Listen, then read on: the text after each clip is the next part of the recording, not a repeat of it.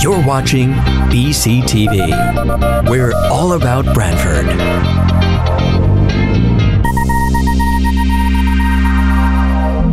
You're watching BCTV, Branford Government Television, a service of Branford Community Television. This program is brought to you in part through the support of the town of Branford.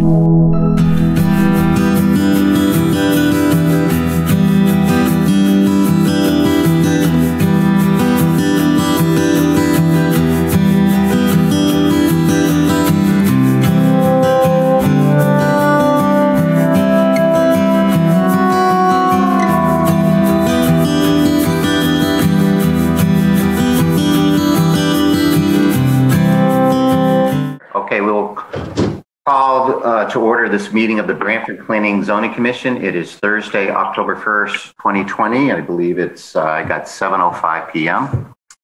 I will start by introducing members of the commission and staff. When I say your name, please acknowledge yourself. John Lust. John, are you here? John Lust, present. Joe Chadwick. Joe, are you here? Joe Chadwick is present. Joe Viuso. Joe, are you here? Joe Viuso, present. Fred Russo. Fred, are you here? Fred Russo, present. Marcy Pelusi. Marcy, are you here? Marcy Pelusi, present. And has Massimo appeared? Looks like he's not here. No. Okay. So that's it. For our commission members, our staff is our town planner, Harry Smith. Harry? Here. Our assistant planner, Caitlin Piazza. Caitlin? Caitlin Piazza. And our clerk recording secretary, Michelle Martin. Yes, I'm here. Great. Thank you, Michelle. And I'm Chuck Anders, chair. We have a number of public hearings scheduled for this evening, both continuations and new public hearings. We'll follow our normal format for public hearings. The way that works is the applicant goes first. The applicant can make his presentation. We have screen sharing capabilities, so you can put up the plan while you're speaking. After the applicant goes, we turn it over to the commission and staff. The staff will summarize any staff report that's prepared, and we'll open it up for questions from commission members. Following that, we'll open it up to the public, and we're going to go through the routine of how Caitlin's going to run through how you can participate in this Zoom meeting as a member of the public. But we had asked again that you say, give your name and address before speaking for the record, so we have that. Following the public comment, we allow the applicant to respond to any public comment. And then we may or may not close the public hearing. Not unusual, particularly for major applications, for them to continue 2 or more public hearings. So with that, we'll get started. We'll start with Caitlin. Or Caitlin, can you explain again the process for participation of the public in the public hearing? Sure, this is Caitlin Piazza. For those of you wishing to participate in the public hearing portion of the applications, if you're calling in, you can raise your hand by pressing *9. And either Harry or myself can unmute you in the order we see the hands go up. If you're participating on your computer, you can hover over the bottom of the screen and there should be a participants button option. You can go over and raise your hand next to your name. Or if you're having trouble with that, you can use the chat box feature. Just ask that you send that chat to everyone and limit your comments to bullet points and to which application you're referencing. And everyone is muted upon entry. So, and I'll have to unmute you as the host. So, and again, please just state your name before speaking each time you speak. That's it. Chuck Anders, chair. Thank you, Caitlin. With that, we'll start with our public hearings. Our first one is our continued public hearing for Mariners Landing. And is the applicant and the applicant's representative ready to proceed on that?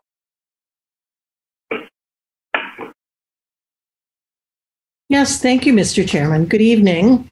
I'm Attorney Marjorie Shansky. Good evening to you, Mr. Chairman, and to the members of the Commission. I'm here again this evening with Sal Maritoli and Robert Sachs from the developer, Mike Ott, our site engineer, Ryan Chmielewski from Weston and Sampson, our landscape architect, Ken Borison, architect, and David Sullivan, our traffic engineer.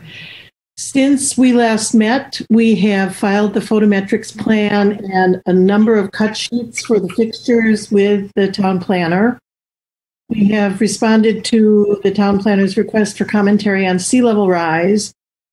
Mr. Ott and I have both been in touch with John Goucher at DEEP and discovered that most of the remaining comments that had been addressed in our revised plans that were filed in August had simply not reached him. He was still looking at the original plans, but now we're all on the same page, and we expect that he will be able to conclude his reporting for your next meeting. That may have also happened with the fire marshal, and we're reaching out to him as well about his commentary. I have provided a revised use table that is the product of conversations with the town planner, particularly about eliminating vestigial uses that have been on that list for 20 years and that may or may not have been more appropriate historically than they are now, particularly with the proposed build-out. And Mr. Smith and I have also been discussing and continue to discuss the affordable housing issue. Mr. Sullivan will be meeting with the traffic authority before your next meeting to talk about the proposed Rogers Street traffic calming, which is a town issue, not manageable by Public Works alone. So he will do that. And unless there are any questions, we would seek to have all of our applications continue to your next meeting, where we are hopeful of wrapping up. Chuck Andrews here. Thank you, Ms. Shansky. So that there's nothing that you need to present at this time. Is that correct? I don't believe so. All of the items that have been provided to the town planner will be distributed to the commission members for your own review. And you know, we're all here to respond to any questions you may have, but believe that we can wrap this up at your next meeting. Chuck Andrews, Chair. Thank you, Ms. Shansky. Gary, is there anything you'd like to review with us at this time? Yeah, Harry Smith, Town Planner. Just quickly, just to go through the list, pretty much that Shansky referenced. I've also been in touch with John Goucher, so there are some outstanding comments. I think many of them are addressed by the revised set of plans, but there are some outstanding comments on coastal resources. And I think the existing drainage outlet of a rather large pipe that predates this application, certainly. Commission was also sent a series of emails that we've received since the last meeting. I can put them up on the screen, or you can flip through them. I don't know how you'd like to proceed with that. I want to make sure people do know that their emails have been forwarded to you as we receive them. Group them up basically the day before the meeting.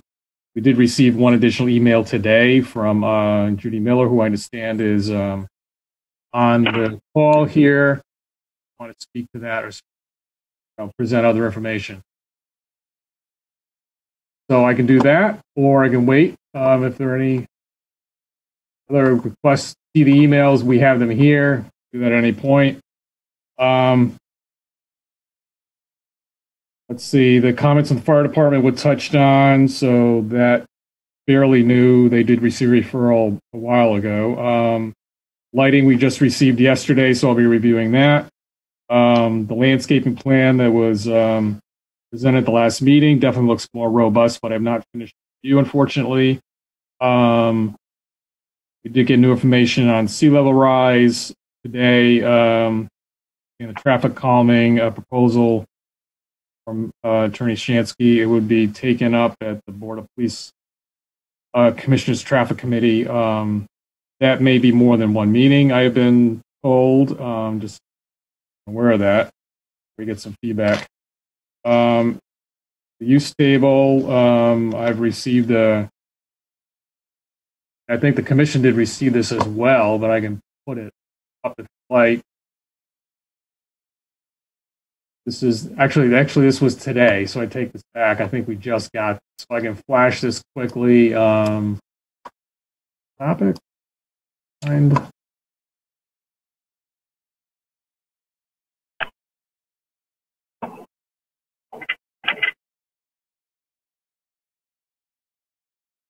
Everyone see this now? It should be Schedule A at the top. This seems to make a lot of sense to me because it tailors the list to basically what is being proposed now, what currently exists, and what might be envisioned reasonably in the future. These are sort of standard uses of the town state function, the dwelling, multiple dwellings, which has been on here. Attorney Shansky and I both worked on P4 to provide a number of options for the retail spaces in buildings B and D. We may want to discuss that a little tiny bit further with respect to the cafe restaurant space on building D. That's really been envisioned, I think, as something open to the public that would serve food and sort of complement the open space area. But I'm certainly fine with all these being options for building spaces in building B. Minor home office and studio would allow a home occupation within the limits of that section's regulations. Restaurants, cafes, cover that space in building D, and also spaces in building B could have a restaurant. The applicant wanted to leave the option for a boutique hotel and restaurant. That was originally going to be one of the buildings, I think, as a plan B for, I think, building D, which was the one closest to the Branford Landing, Nelly's Green side of the property. Recreational fitness studio, that covers one of the uses already proposed. Marinas docks would allow that possibility in the riparian rights area and other accessory uses. So I think this is a pretty reasonable list. Point. The only question I do have is that building D space and what the commission would like to, if all these are acceptable to the commission in that space. We can talk about that later. I will flash you quickly through. We've got about 16 pages of emails here, so do have them to refer to. Leave that to you. Chuck Anders Chair, I will acknowledge, Harry, you did send us those emails. I've read them, and I know they just came this afternoon, but I expect all the commission members will read these as well as all the other emails we've received for these, certainly prior to any deliberation. Yeah, I will leave Judy Miller's email. I will not put it up. I mean, I know she wants to speak. If she would like me to put it up on the screen, I will do that later. Sure. That's all I have. Thank you.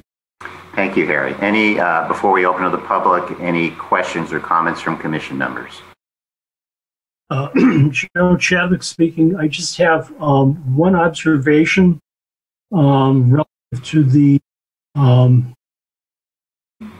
parking arrangement that was proposed for Roger Street.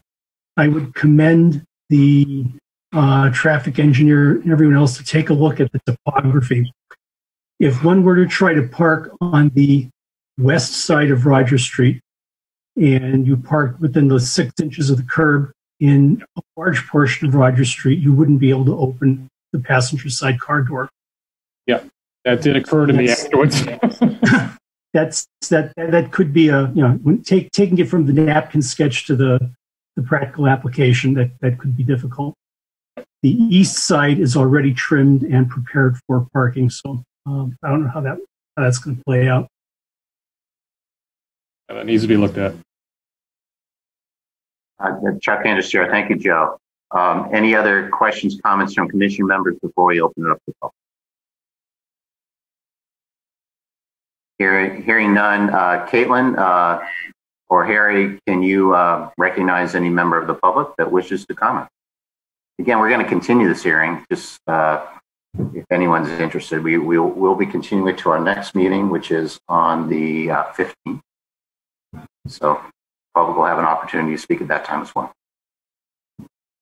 Caitlin Piazza, there are a few people who have their hands raised. And Judy, I have you down to unmute. First person I'm going to unmute is Patty Austin.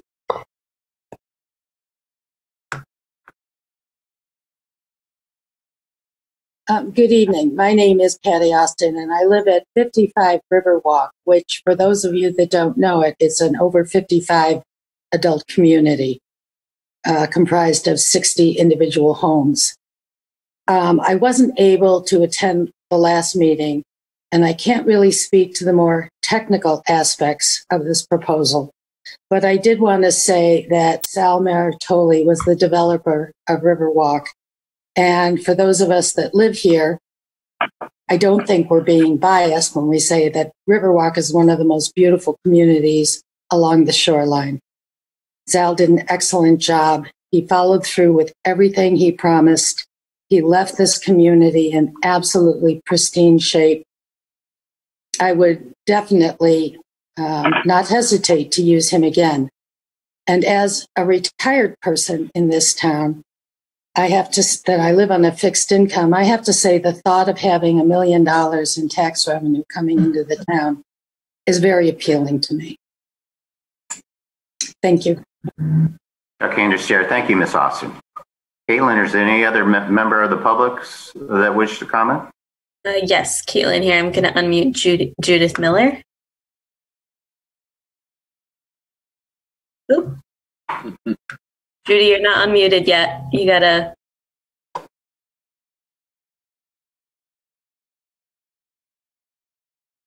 Now? All set, yep. Yes. Okay. Judy Miller, I'm the chair of the Shoreline Greenway Trail. And in my letter to you today, I just wanted to call attention to the fact that this isn't just a development. It's part of a transit-oriented development. And I really would like to call the Commission's attention to the transit-oriented development plan and to what the goal of transit-oriented development is, which is to make a comfortable place for pedestrians and bicycles. I know that there have been some comments, and I appreciate the commissioners who've talked about extending the Shoreline Greenway Trail and the plans that are in that development, but I would really urge you to consider the biggest concern those of us who live in this area, and I happen to live at Anchor Reef, the biggest concern we have is the influx of a tremendous amount of traffic. You have retail stores. That means cars coming and going constantly all day. The same with the commercial part of it. So it isn't just residents. It's a lot of commercial, a cafe, all of that sort of thing, gym. They're all going to create traffic. One way to diminish that is to encourage people to walk and to bicycle in this area and make it pleasant for them. The original plans on on Rogers Street, for instance, no, it was Kirkham, had sharrows. And that's something it's a traffic calming thing because you've got the sharrows on the street that make people aware that bicycles have a right to be in that lane. There was a talk at one time, I think, about having Rogers Street one way. And so that you'd have Rogers Street one way, Hobson's the one way the other way. That would open up a lot for people to perhaps ride bicycles. Because remember, you want to link this development to the town center as well. So I don't know how much of this is in the purview of the developer, but I know that they're talking about Rogers Street and Kirkham. And as I said, I just want to remind you, I'd like to hear more conversation about how this is going to be an area that encourages alternate kinds of transportation rather than cars. Thank you. Chuck Anders, Chair. Thank you, Ms. Miller. Caitlin, any other members of the public wish to comment? Yes, I'm going to unmute Larry Albert.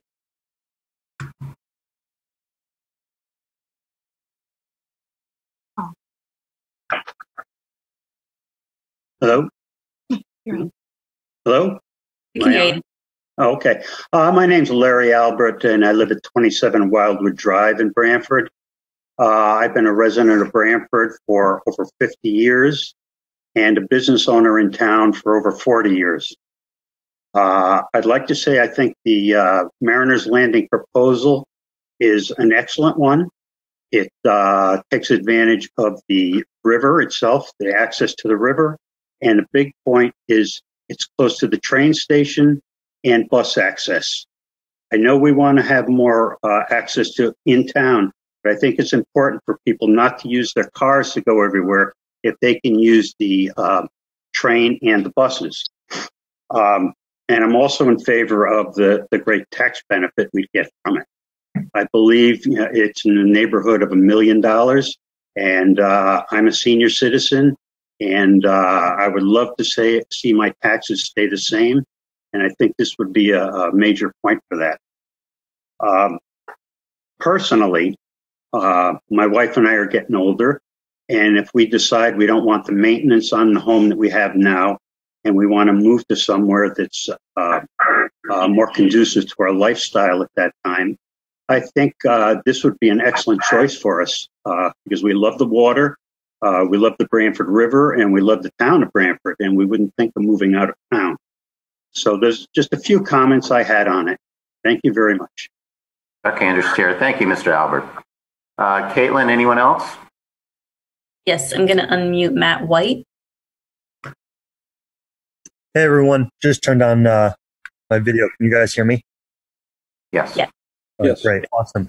So my name is Matt White. I currently reside at 301 Cummins Park South in Stamford, Connecticut. I grew up at 24 North Fir Tree Drive in Branford. I grew up in Branford. I was born and raised there. Went to school locally at Southern Connecticut. Always loved the town of Branford. As I graduated and moved on in my career, I had to leave Branford because unfortunately, for what my interests were in terms of socially and to live, not in my parents' house, there's really nothing for young professionals our age in the town, unfortunately making us have to leave. So currently, I work in Branford. Our office is in Branford, and I still chose to live and commute from Stamford because, there's, as I said before, there's really nothing like this in the town, and I think it's strongly needed. I know many people my age, I am 27, that would love to move back to Branford, are not ready to own and maintain a house, that are looking for a very similar luxury apartment building type high rise to be moved into in the area. And when I heard of Mariners Landing, it really impressed me on the location, the execution of what it will be is truly amazing, and the tax benefit for the town that I know is needed is a strong plus, and it would definitely bring myself. I ended up I'm dating a girl and living with my girlfriend. She's from New York. She came to Branford for the first time to meet my family and see the town. She loves it, and we always talk about we would love to move back to the town. We're not ready to buy a home, but unfortunately, again, there's nothing for us like this. And once this is built up, it would definitely attract us to come back and start renting immediately. Okay, Andrews Chair. Thank you, Mr. White. Caitlin, anyone else? Yes, I'm going to unmute Jeanette Redison. Nope.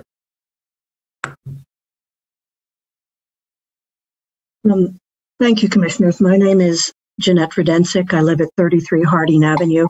It's interesting, as ever, to listen to the viewpoints of many people. There's no question that Mr. Maritoli is a developer of quality and integrity. And the vision for Mariners Landing is so integrated and so comprehensive that that can't be denied. The truth is, it is too big for the site. And when taken in combination with other development plans for the river corridor, it spells disaster for the surrounding neighborhoods. I'm a believer in transit-oriented development, but it only goes so far in these circumstances. We rely on cars in Connecticut. Those who are so fortunate as to work at Yale University or any other place that's along the line can take the shoreline or take the buses, but it's extremely limited. This development is very, very large for the site, and it is going to mean cars, cars, cars. It is going to mean an impact on the river in a way that is a little bit hard for me to completely comprehend. And whatever the benefits to the tax base, those will be accrued even if the development is not carried out at this maximum envelope of development. We need to control development along the river and not make Maple Street, Meadow Street, Indian Neck an extension of the kind of planning ideas which shaped Route 1. This is the core of the historic village and town of Branford, and we need to preserve the quality of life there. Thank you. Chuck Anders, Chair. Thank you, Ms. Redson. Caitlin, are there other members of the public wish to comment? Caitlin here. One last person. It's a number ending in 5983. Harry Smith, Town Planner. Can I just interject that Massimo Liguri has joined the meeting probably, 10 minutes ago, something like that? Chuck Anders, Chair. Thank you, Harry. Thanks, Massimo. You're welcome. Hello, my name is Pat Dugan. I'm the one with the phone number ending in 83. Thank you for allowing me to share my thoughts with you tonight. I want to ask, what is quality of life? How important is it? As I age, I find it becomes more and more important to me. 2.5 to 3 years of ongoing construction of Mariner's Landing in our neighborhood is not quality of life. Dump trucks, concrete mixers, installation of pilings, water trucks to keep the dust down, and contractors in their own vehicles will all add to stress levels, not quality of life.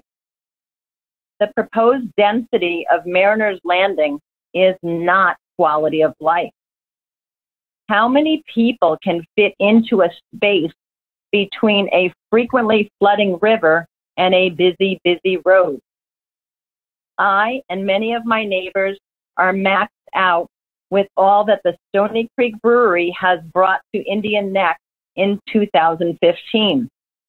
How much more infringement on our quality of life will occur with this overdevelopment of the Branford River? Let's look forward and assume that the planning and zoning will approve this Mariner's Landing project. At the last meeting, high accolades were given to the developer, Sal Maritoli. He stayed with his Riverwalk development on East Main Street near Branford Ford until the last home was completed. Those of us in Indian Neck have no guarantee that he will stay until the completion of Mariner's Landing. The last developer of this project, known as Anchor Reef, failed miserably. Without Sal Maritoli and his credentials, would this project stand on its own merit? Who are the other partners involved with this proposal? Do they have a good track record?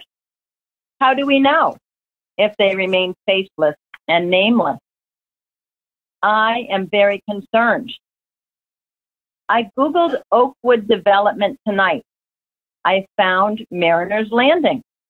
I also found Marina and Residences, the village at Goodsell Point. Oakwood Development, also known as Sal Maritoli, if I'm not mistaken, has a mantra or a logo on their homepage. This is what it says: the difficult can be done immediately. The impossible takes a little longer. I'm going to say that again. The difficult can be done immediately. The impossible takes a little longer. Mr. Sal Maritoli, what are you saying to the Branford residents? We are in a pandemic. I cannot understand why proposals of this magnitude are even being considered at this time. Our lives have been altered drastically because of COVID-19. I truly question if it is wise to proceed with Mariners Landing, a 147-unit proposal, when a real meeting cannot take place. I have spoken with many of my neighbors as I go door to door. They are uncomfortable with Zoom meetings. It's a lot easier to drive to the firehouse for a face-to-face meeting than it is to get on Zoom. Many of my neighbors are focused on staying healthy, keeping afloat during these difficult times, and educating their children during this pandemic. That's a lot to deal with. And now our neighborhood is being inundated with high density development. With that said, I, with the help of 2 neighbors, went door to door on Friday, September 25th. The end result during this pandemic was 16 neighbors. That 16 neighbors wrote letters of opposition to the planning and zoning concerning the Mariners Landing project. That might not seem like a lot, but during a pandemic, it's huge. I hope the Planning and Zoning Commission will consider putting Mariners Landing on hold until face-to-face meetings can be held at the firehouse again. Mariners Landing is far too large in scale and density to consider via Zoom. Please let the neighbors be heard in a format that we deserve. Thank you. Chuck Sarah, thank you, Ms. Zugan. Caitlin, anyone else? And other members of the public? Caitlin here. I don't see anyone else. Okay. Ms. Shansky, do you have any comments, responses you'd like to make at this time? Yeah. I think we'll consolidate. Thank you, Mr. Chairman. This is Attorney Marjorie Shansky. I think we'll consolidate all of our responses for your next meeting. Okay. Chuck Anderson, thank you, Ms. Shansky. Are there any other questions or comments from commission members or staff before we continue this matter? Okay, hearing none, then item numbers 1 and 2, they're both the Mariners Landing applications, or we'll continue this public hearing to our meeting of October 15th, another a Zoom meeting on October 15th. Thank you, Mr. Chairman. Thank you, Ms. Shansky.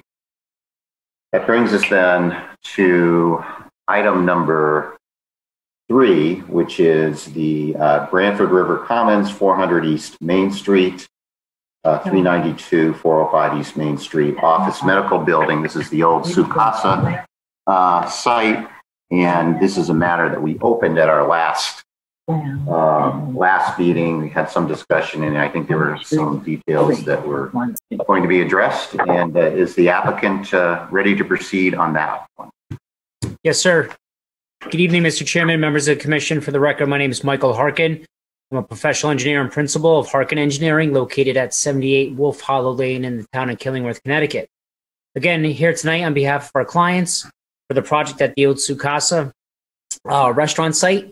You may remember there were some minor items that we wanted to take care of at the last meeting. As far as the civil goes, we were asked to put a sidewalk along the front of the building, which we have done. The second item was that the town engineer had requested that the handicap space in the front of the building might cause some interference with traffic flow. We did remove that. We were required to put a bike parking and a bike rack spot on the site, so we replaced that handicap spot with the bike rack. That was really all the civil revisions that we needed to do at this time. There were a couple landscape architect landscaping revisions. The landscape architect is here, Mr. John Cunningham from TEC Landscape Design, if you have any questions. But those were the only 2 real minor items that we have. So with that being said, I'd just like to turn it back over to the commission if they have any questions. Chuck Anderson, thank you, Mr. Harkin. First, Caitlin, I think you prepared the initial staff report. Are there any updates, additional things you'd like to call to our attention? at this time? Hi, Caitlin here. I think Mr. Harkin covered all of them. That cross access we had discussed a little bit with Mr. Harkin and between Harry and myself, and he sent me enough information that we could basically determine that it wasn't applicable. The sidewalks were installed. I don't know if the commission wanted to see the plans again or the landscaping plans. Other than that, I didn't really, just to have some conditions and preliminary findings, but other than that, I think I'm all set. Great. Chuck Anders here. Thank you, Caitlin. Any member of the commission have any questions or comments or like to see the landscaping? I don't know if Marcy is back. She still on the road, or is she? Caitlin, I think she actually is back. Just no video. Yes, I'm back. I'm just choosing not to put the video tonight because it's been a very long day. Marcy, do you want to see the landscaping? Would you like to call up the plans, or? Sure, you can put up the plans. Caitlin, do you want to put those up? Sure. Thank you. Caitlin here, it might take me just 1 minute.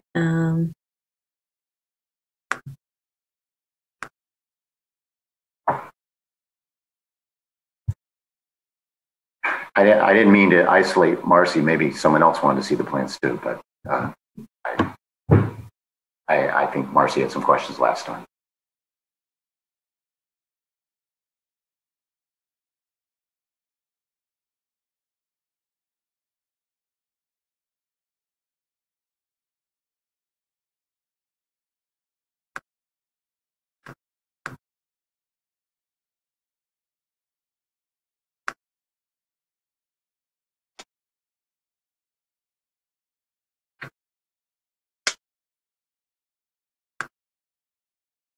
That's not the great format. Great.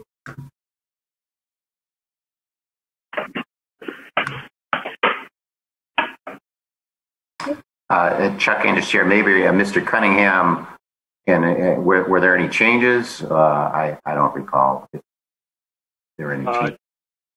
Chuck, the only real change I made were for the sidewalk that runs along the front of the road and the bike rack, which are both noted on my plan. I'd like to stay with the Elcoom cherry. It's a good variety. We've used it in downtown Madison underneath the wires. It's 20, 25, 28 feet tall. It's going to stay under the wires. You get the trees that are 30 to 35 feet tall, they are going to be in the wires that run on that side of the property. And, you know, if Marcy really didn't want to use Ladizia behind the building, we can come up with another tree. From a project standpoint, Ladizia is well grown in the nursery trade, readily available. It's a native tree. It's got a compound leaf. I think it's a very good choice. Chuck Anders here. Thank you, Mr. Cunningham. Any questions from any member of the commission, Marcy or anyone else? I think Marcy's muted. Sorry. I'm here. I was curious what he would suggest, but it seems like he's pretty insistent on the Gladizia, so I'm not going to argue tonight. Thank you, Marcy. Chuck Anders here. Any other members of commission or staff have any questions before we open it up to the public? No. Hearing none. Caitlin, does any member of the public wish to comment? Caitlin, could you let us know? Caitlin here. I don't see anyone. Okay. And Caitlin, I know that you have prepared some draft findings and conditions of approval. I don't know if Mr. Harkin, if you've looked at those, if they look okay to you. I have not seen them, but Marcy, if you just want to go over them real quick, or Caitlin, sorry, want to go over them real quick, then you know, we could just here and make sure that everything's in order. Okay, sorry, I thought I sent those to you, Caitlin here.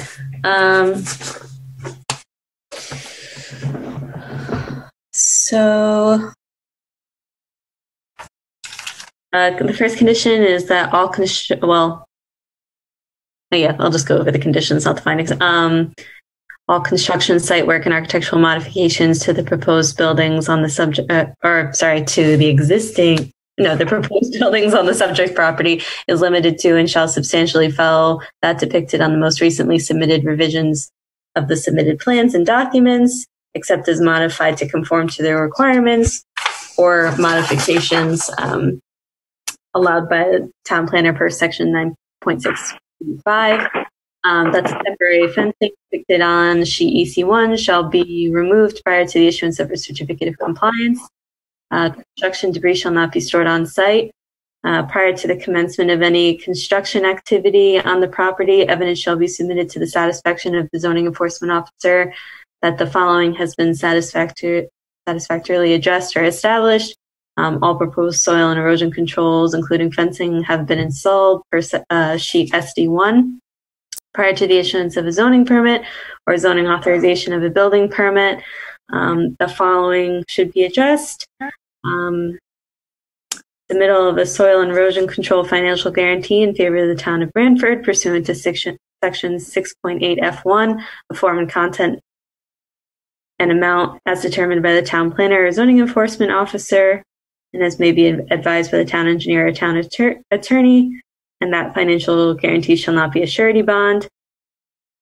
The note provided on the landscaping plan shall be amended to state as defined by section 6.3C2. There are no significant trees located on the property. The applicant shall provide written evidence that. Putting up the memo. So sorry to just jump in here. Oh, I put up. Sorry, Caitlin. Here, I've actually revised it. I'm not sure. Oh, so it's not the last one? I'm not sure that it is, but that's okay. They're basically the same.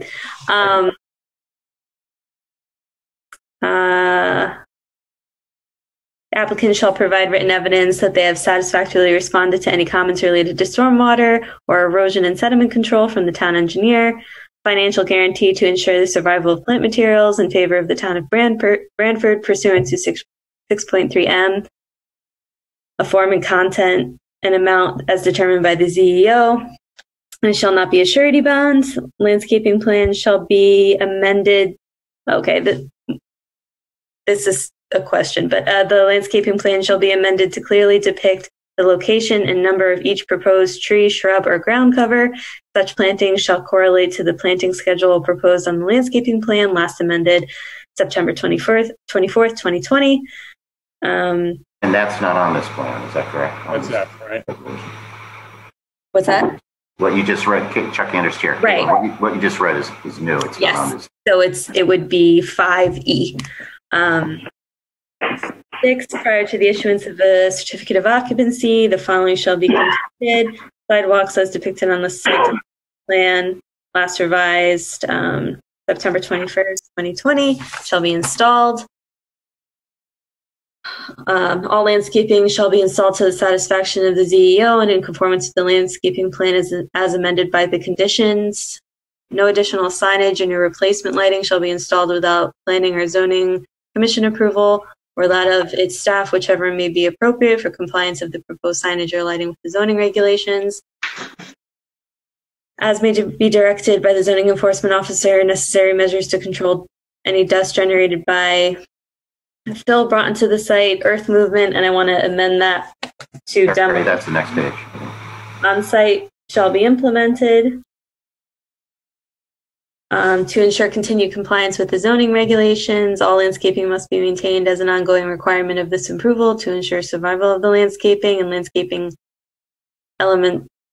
Any landscaping element does not survive or that becomes significantly damaged must be replaced in kind.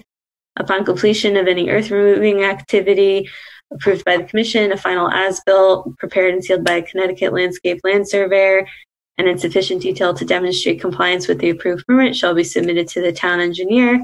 And I would also add in there that all the plans should be, including landscaping plans, should be signed and sealed by a professional. And that's it. Sorry, Mike. I thought I sent those to you. I apologize. And no worries. You had discussed sending them, but they never came through. That's not an issue. John Cunningham, you don't have any problems with those, correct? No. Yep. They're all fine with me. Yep. And, my office does not have any issues with them as well. So we take no exceptions to those conditions. Oh, okay. Chuck Anders here. Thank you, Mr. Harkin.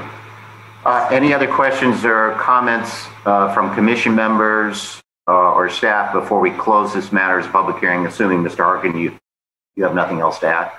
No, sir. We're all set. Thank you very much. Okay. Anything else from commission members or staff? Hearing none, then we can close this matter as a public hearing, and this may be something that we can take up later on. Thank you, Mr. Hart. Thank you. Okay, so that brings us then to item number 4, which is Vox Church, 131 Commercial Parkway, Robert Sachs owner. This is a special exception for a house of worship. Is the applicant ready to proceed with this matter? We are ready to proceed, Mr. Chairman. I'm Attorney Marjorie Shansky. Good evening. For Vox Church and the application for a special exception for a house of worship at 131 Commercial Parkway, the former site of the bowling alley, so essentially a redevelopment of a previously developed site. With me this evening are Tom Holiva, who is the Chief Financial Officer of Vox Church, and other representatives of the church, and the site development team consisting of Jim Preddy from Criscolo Engineering, Justin Hopkins from Tecton Architects, Larry Appleton, our landscape architect, and David Sullivan from Milone and McBroom, who prepared the traffic analysis. Mr. Chairman, in the original submission, in addition to a detailed use description of activities and the times of those activities at the church, we included an analysis of the special exception standards of Section 9.8F of the regulations, and our presentation this evening will demonstrate the conformity of this use with those standards. We have a staff report from the Assistant Town Planner, and we have provided a few revised materials to her that are referenced in the memo, and we hope to meet with her to address some of her landscaping and other site observations in the ensuing time between now and when this hearing gets continued, because I understand that the commission has elected to have a traffic peer review. And so we will not be concluding tonight, but look forward to addressing everything that is suggested in the planning report. And we also hope to have an opportunity for the public to participate this evening. So with that introduction, Mr. Chairman, our program this evening will be for Mr. Preddy to discuss the site and the site plan. Mr. Hopkins will talk about the church building in and out. David Sullivan from Milone and McBroom will discuss the traffic analysis. And Mr. Appleton is here if there are any questions about landscaping. And if you don't have any questions right now, I would welcome Mr. Preddy. Good evening, Commission. Jim Preddy, Criscolo Engineering, 420 East Main Street in Branford. Caitlin, can I share the screen? Jim, I'm going to make you a co-host in just a minute. Should be able to now.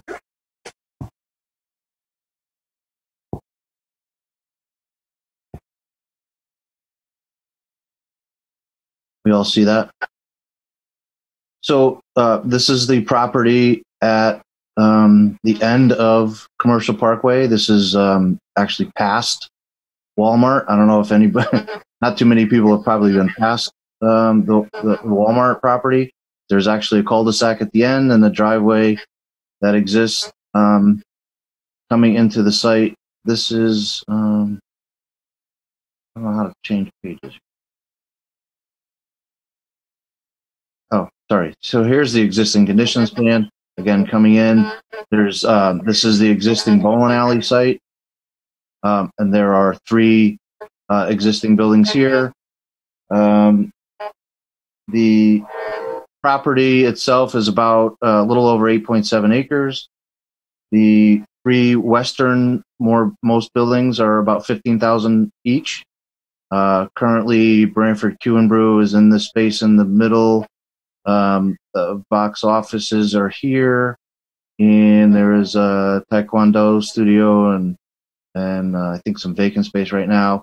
The building that we're here for with our proposal tonight is this the existing bowling alley site. This building was approximately 26,700 square feet with the appendages that kind of stick off the front and the rear. The majority of the existing parking was in this island, this asphalt ocean here, with some very small planting islands that are only about 5 feet wide, and basically were there to direct the traffic that wasn't going to the bowling alley around it, to the other buildings.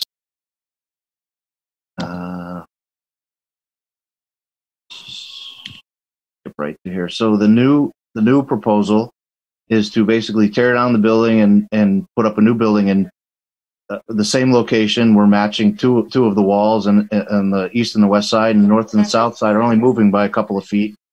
In total, we're only increasing the building footprint by about 300 square feet from what was there.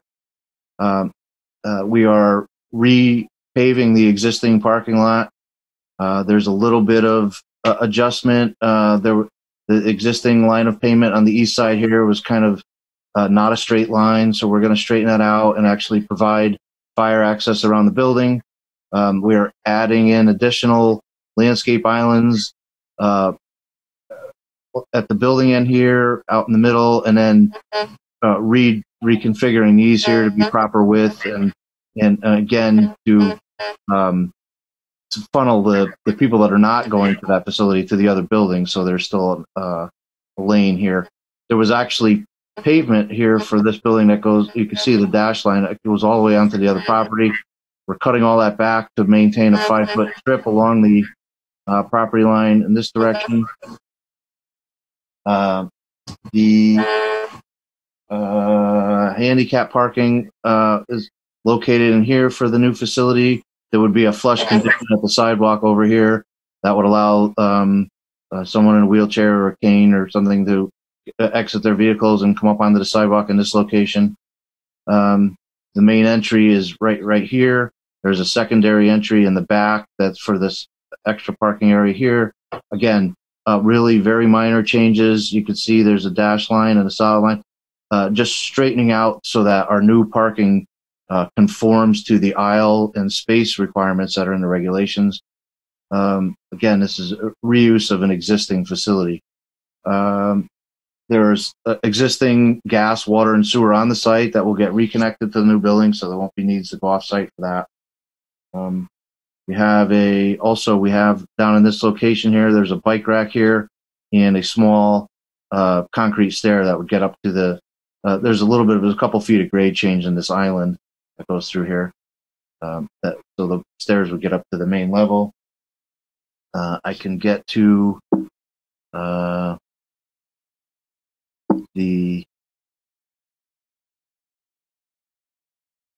hopefully get to the, went past. There's the lighting plan. I went past the landscaping, but we do have a full photometric plan prepared for us. One of the comments was about a spec sheet for the light fixture, which we will provide. Here is the landscaping plan. Again, the entryway over here, which we're dressing up somewhat. The new islands with trees all along here. Building plantings well over the 25% requirement. Some filling in of the trees along the existing island here.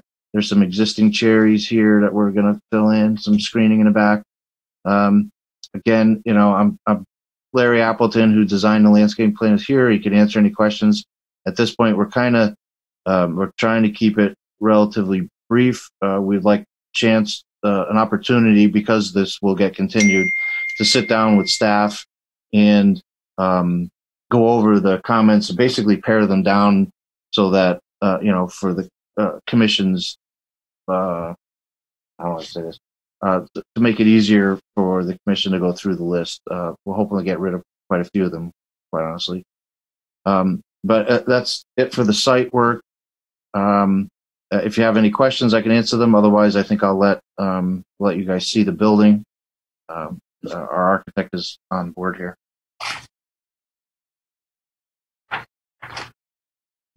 Caitlin here. Jim, do you want me to stop sharing your screen so the architect can? Yes. There we go.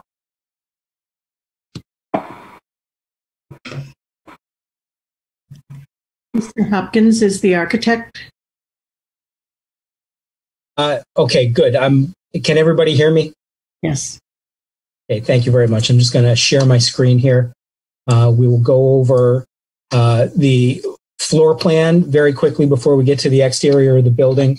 As Jim had mentioned, we are a 27,000 square foot building, 27,010 square feet. It's 146 by 185 proportions of the building. We have the majority of the building consists of an auditorium with 500 seats and a platform for services. We have a back of house area that consists of a green room, a broadcast suite, and some support spaces. We have what we call Main Street corridor that basically separates the auditorium portion from a Kids World program that is basically a kids program for services. We have some small classrooms that are part of that. And our Main Street corridor connects our main parking area to the south and our secondary parking area to the north, as well as creates a very gracious corridor that basically brings the whole program together. The exterior elevations, the building itself is can everybody see that I switched to a different drawing here? We have a pre-engineered metal building, and we're using the standard building materials that come as part of the kit of parts from the pre-engineered metal building company. That consists of some vertical panels that are both standing seam and smooth, and they're articulated in the vertical fashion. What we're looking at the top of the page is the south elevation, and the lower elevation is the north elevation. These are really the two critical elevations. So the south elevation faces the main parking area. The north elevation faces the secondary parking area.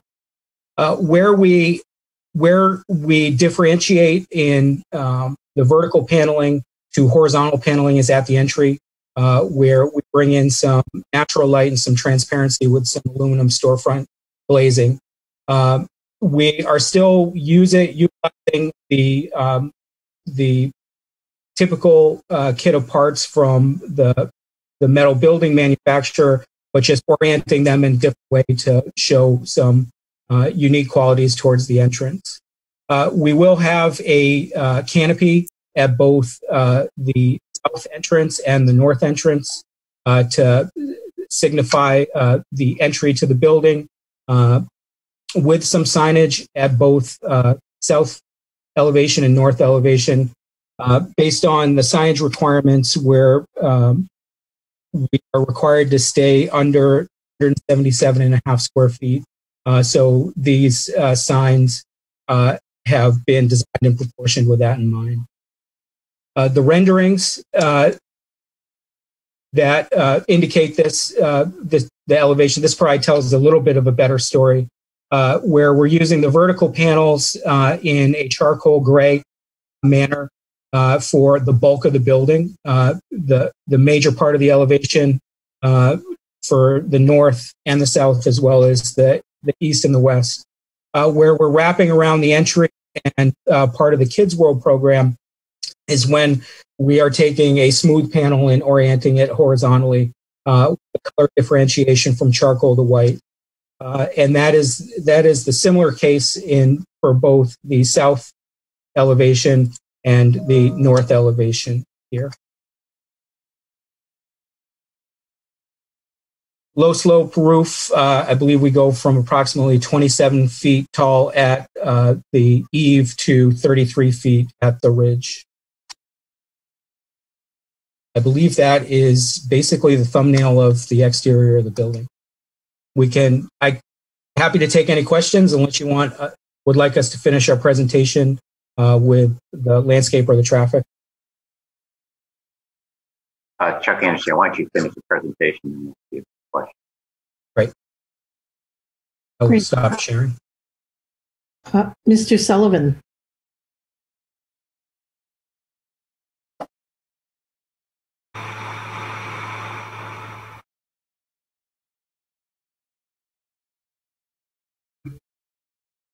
Okay, I believe I'm unmuted. Is that correct?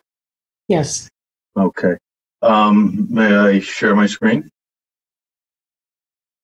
David, you're all set to share your screen. Okay.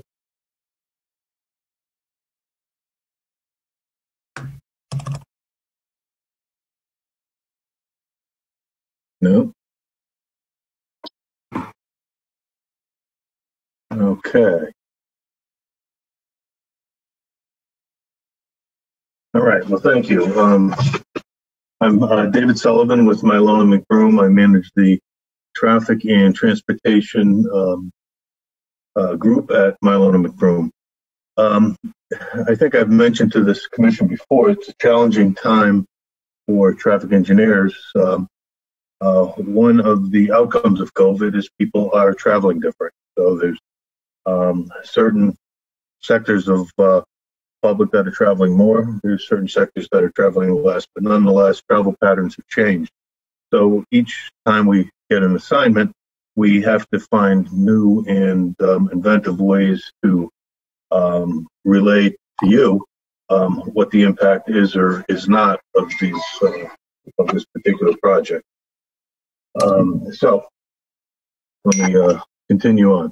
So for this particular project, we started out having our conversations with the Vox Church folks, and initially thought that the Sunday services was really what we should be evaluating. And as we talked to them, we understood that there's other things that other activities, and not only that they would start with initially, but they have aspirations for some other activities. There's weekly activities, there's monthly activities, quarterly activities, and annual activities. So we thought it was prudent to look at all of these. And the other thing that was apparent to us is the vast majority of these events will take place outside of the peak travel hours. David, I'm sorry to interrupt you. I think you have the wrong presentation up.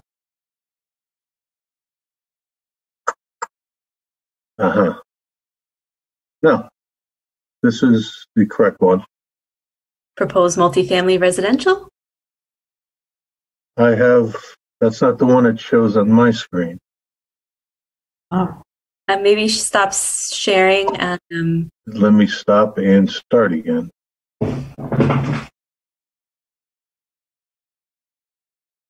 You might not have the right screen shared, David. It wasn't moving along either. You know what? Let me share my desktop, and that way. Now, do you see Vox? Yes. Yeah. Okay. All right. So, I won't start over again, but I will tell you how we did this analysis. So, we collected traffic on both Commercial Parkway and US Route 1. We consider what we call this is a screenline analysis. So we looked at data throughout the week and the weekends on US Route 1 and on Commercial Parkway. Then we reviewed all the programs that Vox Church has as possibilities. And then we made an estimate of the traffic that each of those programs throughout the week, throughout the quarters, throughout the year might generate. and we superimposed that traffic on the hourly traffic volumes across our screen lines, and determined whether or not the activities that are taking place are compatible with the existing travel patterns out there.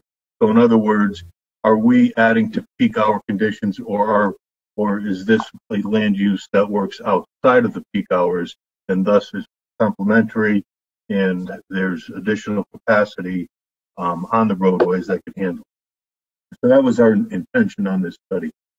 So these are 8 different, I won't talk much about them, but we gathered existing data. And as I mentioned, we had to adjust all of our data for COVID-19.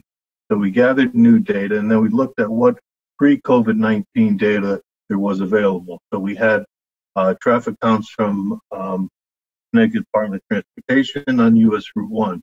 We had the SCROG data that was used in the Aldi study on weekday afternoons, and we also had that for Saturday middays. So we looked at all this data, and we increased the counts we made to estimate what traffic would be on a normal weekday, Friday, Saturday, and Sunday on Route 1 and on Commercial Parkway. So these graphs that you can't really see are hour by hour from 7 a.m. in the morning until 10 p.m. at night. As you can see, they have different peaking characteristics. Next, we took each of the programs, and I won't go into a lot of detail on these, but you can see that, for instance, the Sunday service is a weekly event, takes place on Sundays.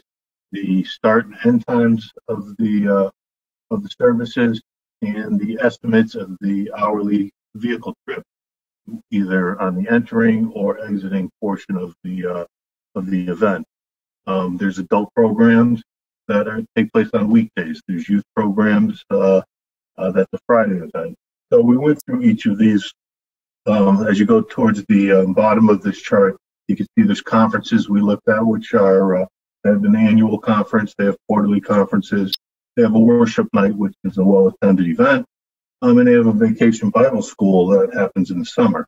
And so we also looked at that. So we really took their whole aspirational program and boiled it down to traffic coming and going at the beginning and end of each of these events.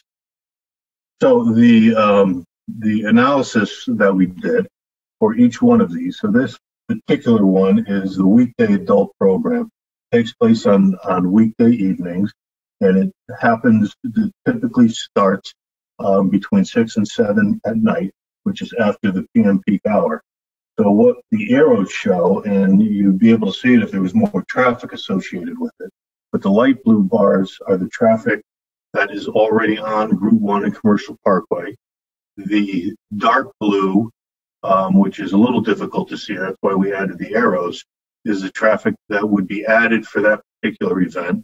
And the orange bar along the top is the maximum hourly traffic volume that we counted on US Route 1 and on Commercial Parkway during this analysis period. So we can call the orange bar the theoretical capacity of those screen lines. However, if it's not at capacity when we counted, it probably wasn't. It would probably even be higher than that. But as you can see here, the weekday adult program takes place when traffic is lower and clearly doesn't come anywhere near pressing the green line capacity that we observed. So we did this for each of the activities. The weekly Sunday, you see there's a lot more arrows because there's 3 services.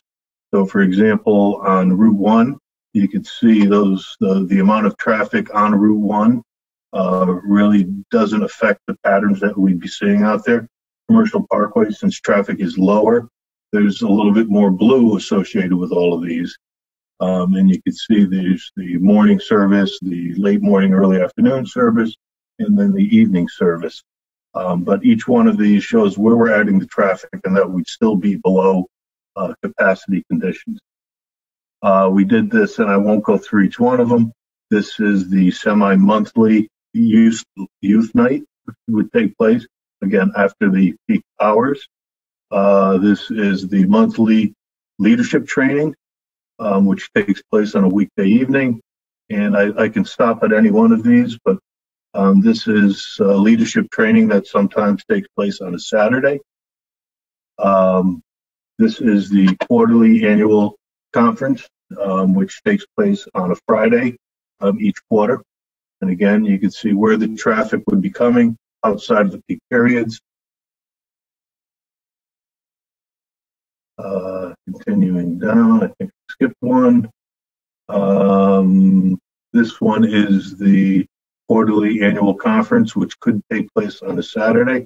Now, you will notice that this is the one event that we evaluated where on Saturday, we do get to where we, just about where we had our maximum count on Commercial Parkway. So while it's outside of the peak time when we made that count, it does bring it up on that one departure, assuming everybody departs coincidentally within the same hour. If that departure is more sporadic, which many times it is, that would be dampened. But that's the one spot that we identified we'd be approaching capacity. But again, on Route 1, we're well below the capacity. This is the quarterly/annual worship night. And again, I'll go through these relatively quickly. Stop me if you'd like. This is the annual Bible school. They drop off the children in the morning, pick them up in the early afternoon. Again, fits nicely into the existing travel patterns. And so that was our the essence of our analysis. If we were to try to do this the old-fashioned way, and we were able to do that, we would have been doing manual turning movement counts at one or two intersections for upwards of 8 or 10 different times throughout the week. So not only could we not do it, but because of COVID-19, but we think this was a more efficient way to explain that this use is really generating traffic at times where there is some excess capacity, both on Commercial Parkway and on Route 1. So in general, our findings are, in summary, our findings are that the identified peak hours on Route 1, all of the church programs as identified, and again, these are aspirational, not day one attendance at many of these programs, but they were all below the capacity we identified along Route 1. The other finding was that on Commercial Parkway, except for that one quarterly/annual, I'm not sure. I think it's an annual event, but except for that one that I pointed out as I went through the charts, they again, every time there's more traffic, other times of the week on Commercial Parkway than there will be once this facility is up and running. We did have a recommendation, and we've talked to the church about this, and they're behind us 100%. There is some flexibility in scheduling of some of the activities. For instance, if it makes more sense to start something a half hour early or an hour early, or extend it another half hour to avoid a peak period, they have the ability to do that. So our suggestion is let's monitor this, make sure that we are actually generating the bulk of the traffic in the off-peak hours. So maybe a little too long-winded, but that was our analysis, and I'd be happy to answer any questions if you have them at the time. Mr. Chairman, I'd like to dovetail Mr. Sullivan's presentation with a reminder that in the use narrative that was provided with the application is a reasonably detailed description of these various uses and their frequency within the materials that were provided, and that served as the basis for the information that was given to Mr. Sullivan, and then there were further exchanges to get more granular on the nature of the activity. But both in his analysis and in the application itself, you will be able to see the full array of the programs at the church. Okay, Andrews here. Thank you, Ms. Kim. Do you have other items in your presentation at this time? I don't think so. As I say, our landscape architect is here, but since the thrust of the staff report relates to landscaping. My sense is that that will be adjusted between now and the next time we see you. So we'll defer that if that's okay. Oh, okay. Chuck Anders here. Thank you, Ms. Shansky. Well, then what we'll do is we'll turn it over for the commission staff. Let me just ask, I had a question. Maybe you can answer. Particularly for the Sunday services, looks like there's a lot of, it's a traffic question. And the question is OSTA review required for this, the State Office of State Traffic Administration or the former SDC for this sort of use? So maybe Mr. Sullivan or Ms. Jansky, maybe you know the answer to that. I could answer that with a little bit of help, I think. It would not qualify in terms of the size because between the four buildings, which are all contiguous, it's less than 100,000 square feet. However, if the total parking in the thing is over 200 spaces, and that's where I'll look for some help on whether it is or not. If it is over 200 spaces, then it will be fall under the purview of OSTA. And further to that, Mr. Chairman, if the site is considered in its wholeness with the other three buildings, then it does exceed 200 spaces. If it relates simply to the area within which the church and its parking areas are located, it doesn't. So we will inquire. Okay. Chuck Anderson. So you'll put an inquiry into OSTA to ask whether they need to review this. Correct. And one reason I'm asking this is we had, within the last year, there was an application to rezone area a little bit south of where you are off of Commercial Parkway from a strictly retail zone to a hybrid zone. One of the rationales was, hey, look, if we propose a retail use, we're going to have to go before the SDC, and they're going to make us do all sorts of traffic improvements. And we just can't afford to do that. So that was triggering this. Well, do you guys have to go, and would they require any traffic improvements or whatever? So just to flag you, that's sort of the background that we're coming from looking at this. I appreciate the question. Okay, so you'll make an inquiry there. Yes. Yes. Chuck Anderson here, great. So Gary, do you want to, or Caitlin, did you do the staff report on this? And if so, is there anything you want to summarize at this time? Caitlin Piazza. I mean, I could go through the staff report. I know we're going to continue this as well. So. Yeah, alternatively, I could just kind of give a really, really quick overview and just know that the bulk of it will be addressed at the next meeting. Sure, well, I prefer the latter. Okay, so Caitlin here, as I think Marjorie said, a lot of my comments focused on landscaping. I'm going to try to work past that.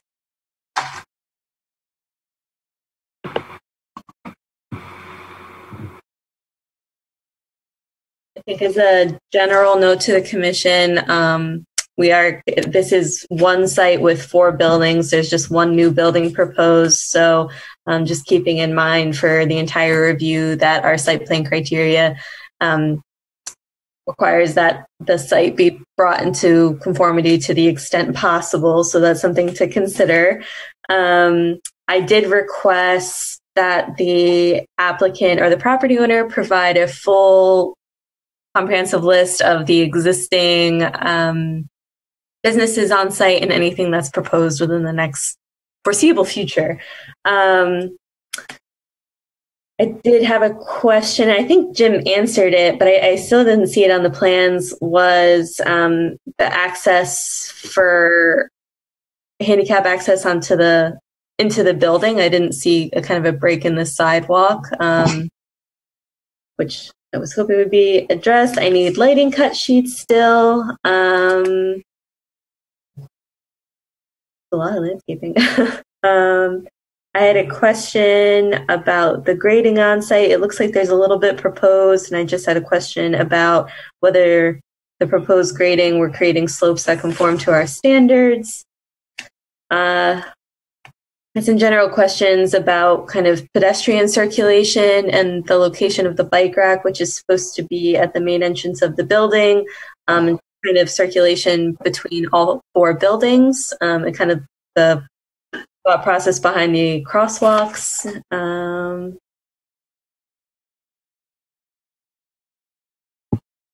I think the bigger one is just kind of go over the traffic and kind of the steps that have been taken so far and the anticipated timeline for that. So at the last meeting, the commission voted to allow for staff to seek out a peer review for the traffic study. That RFP was issued. We received a response from Beta Group, I believe is what they're called. Everyone should have a copy of that, including the applicant. And basically, the timeline for that is going to be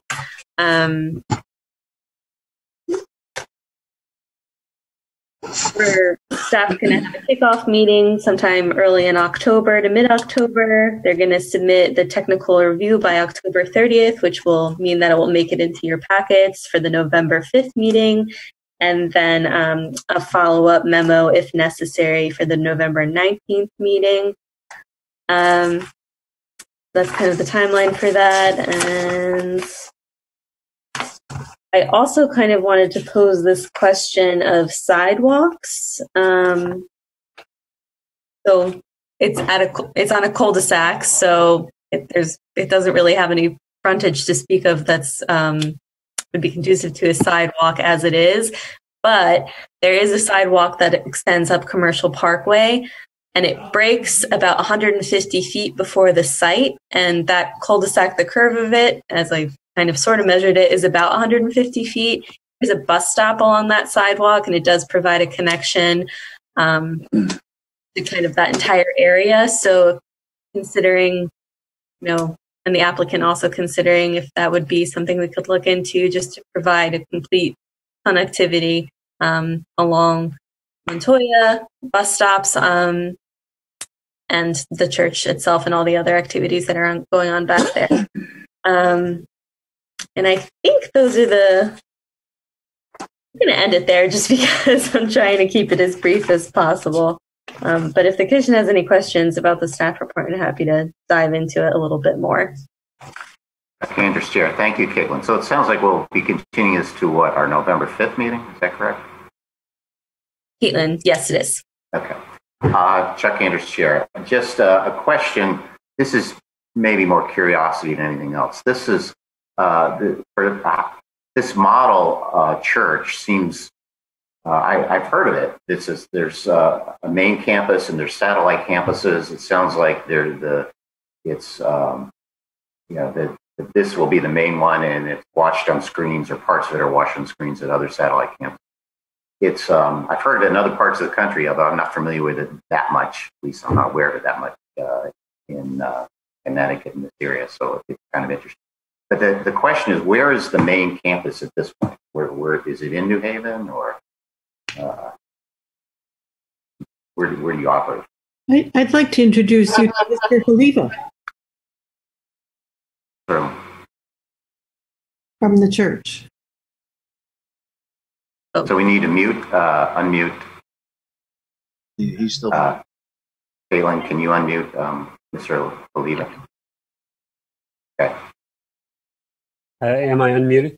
Yes. Yeah. Thank you, Commission, for hearing us tonight. My name is Tom Haliva. I am the CFO for Vox Church, as well as a property owner in Branford for commercial property since 1997. So I've been before this hearing a few times, and thank you for hearing us tonight. So we also have on this call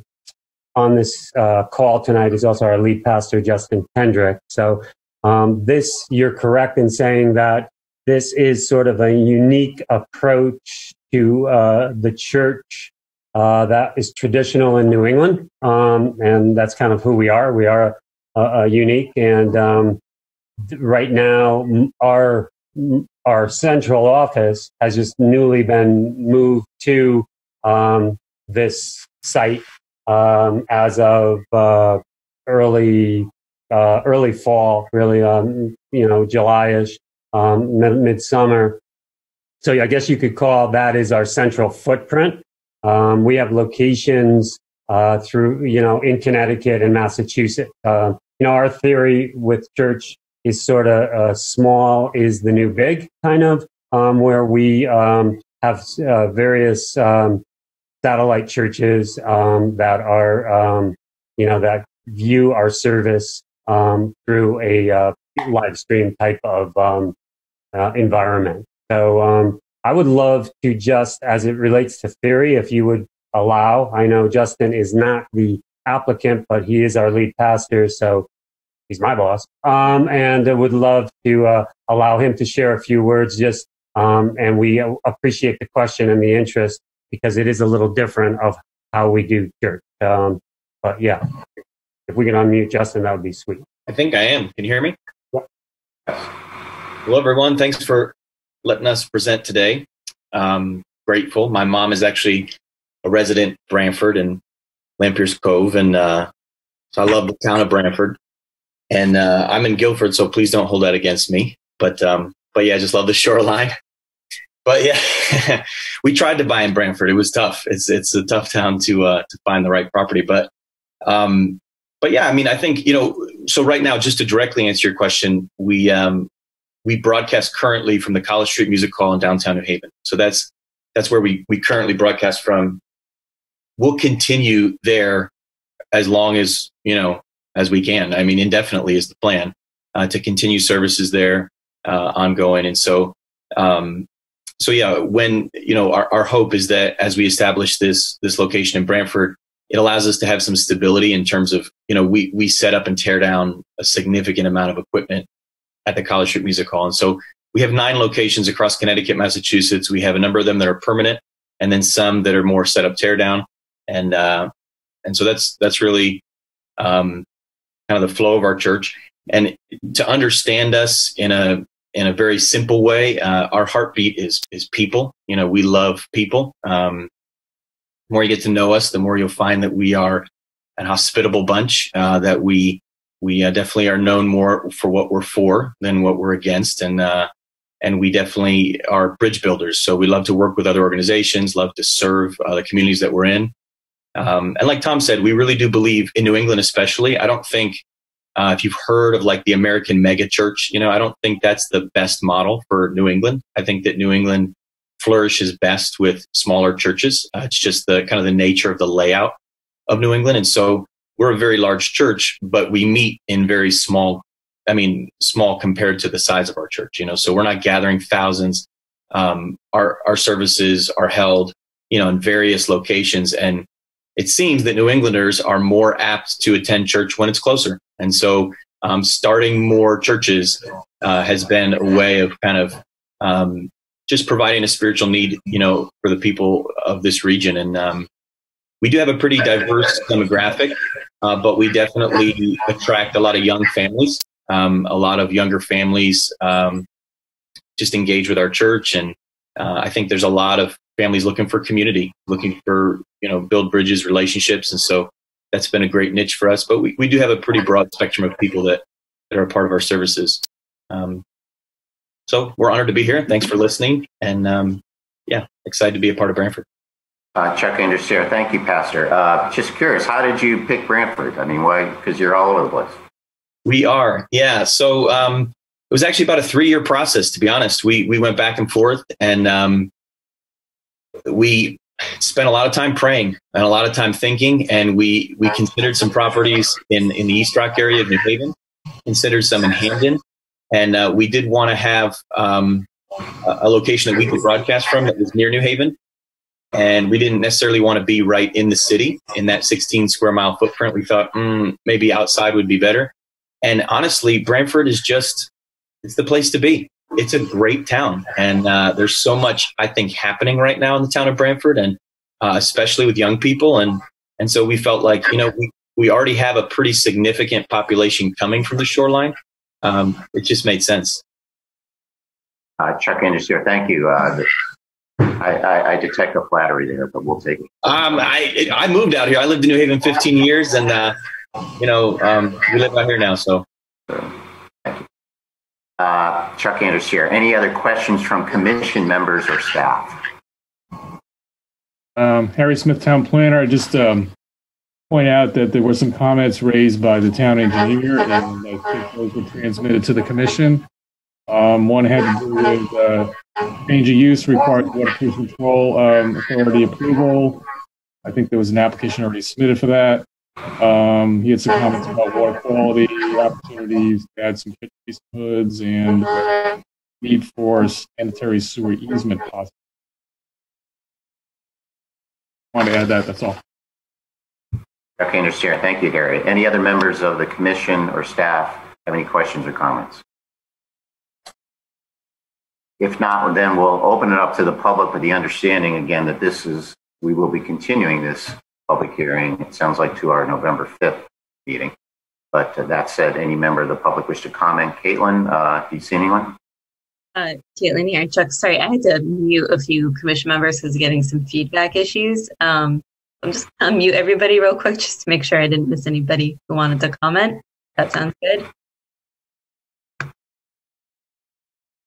Okay, so were there any commission members who got inadvertently muted who wanted to make any comments?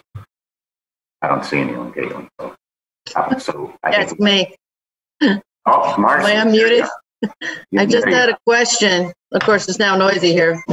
Can you tell me how many people from Branford are currently Vox Church members?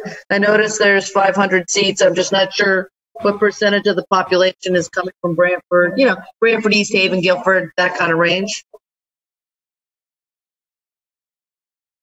Oh, sorry, I'll unmute Justin, I think. Yeah, that's good. Yeah, right now it's already over 300 that are coming from Branford, Guilford area. So, they're kind of demanding their own home. Understandable. Good to know. Thank you. Hey, thank you, Marcy and Justin. Any other commission member questions? If not, then let's open up the public. Caitlin, is there any public member that you'd see who'd like to comment? Caitlin Piazza, I am going to unmute Kurt, and I'm not going to butcher your last name, so I won't say it. It's Garceau. My name is Kurt Garceau. Thank you very much for listening to me speak. I am a homeowner here in Branford, and I'm also a member at Vox Church. And I just want to say that the opportunity to have Vox Church in Branford not only means a lot for me and the close people around me. A lot of my friends currently attend Vox Church, but also my family. It's a community where my wife and we can raise our children and bring them up with, good values, good morals, and just good people. Our kids attend a lot of their kids' services. We attend their weekly services, and it just provides an atmosphere that helps us raise our children in a manner that we are actually super proud of. So, just having that community inside Branford, I think will mean a lot, not only to our community, but it also helped me kind of provide an opportunity for some of my friends to bring their kids and their families along as well. It's just a little bit easier to go down to College Street.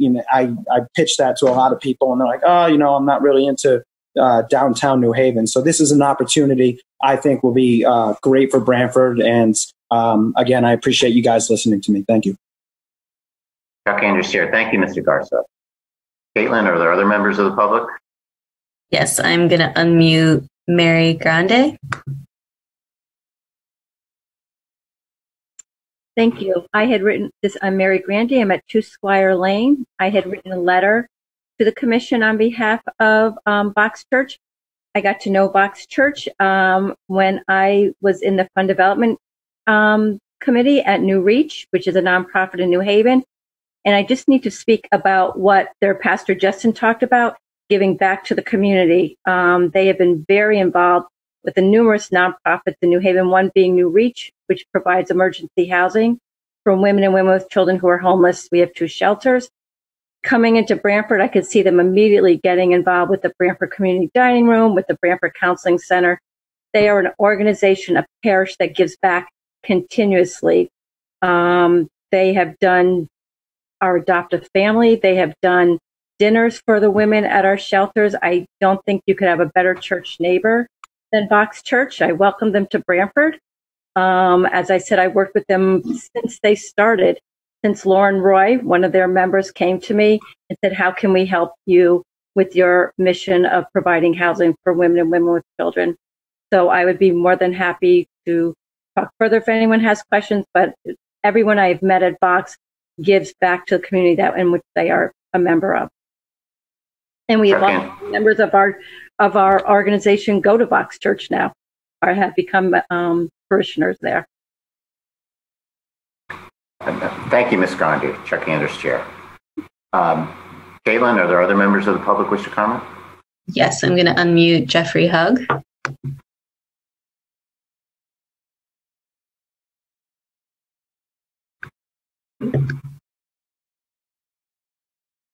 Thank you. Jeffrey Hugg, 24 Lakeview Drive, Branford. I've been going to Vox for 4 years now, and I would echo the comments that were made previously. Vox is really all about community, and it does a great job of involving itself into the community, whether it's, doing the volunteer work or Easter egg hunts for kids. I think 2 years ago I was in Worcester Park, and there must have been 1,000 kids that came to an Easter egg hunt that Vox put on there.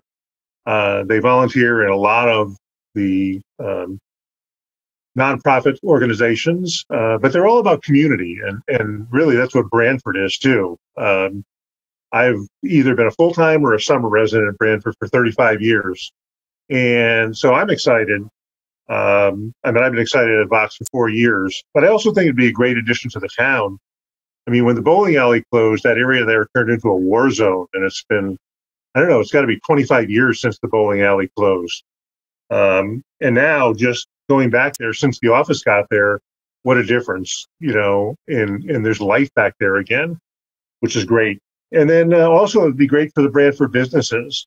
I can tell you now that, we go in on Sunday. Unfortunately, College Street Music Hall is only open on Sunday, but we go in on Sunday for Sunday services, and we either get coffee or we go to lunch afterwards. Periodically, we'll come back out to Branford to have lunch, but more than likely, we're going to stop someplace in New Haven and, basically spend money. So the local restaurants, the coffee shops, the donut shops will all benefit from, the influx of people also in this. So, thank you for your time. Okay, Anders, Chair. Thank you, Mr. Hogg. Caitlin, are there other members of the public that wish to comment? Yes, I'm going to unmute Lauren Roy.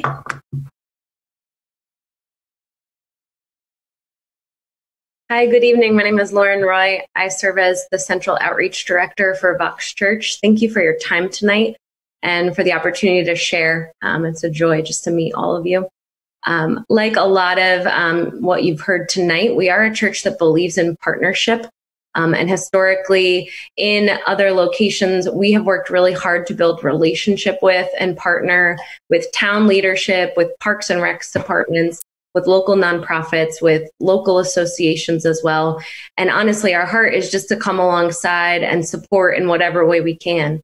And so in the past, we've raked leaves of veterans for Veterans Day cleanups. We did 40 yards last year in North Haven in partnership with the Chamber of Commerce. We've put on, you've heard about our free Easter egg hunts for families, trunk or treat events around Halloween, just ways to build community among families and create fun and exciting environments for kids.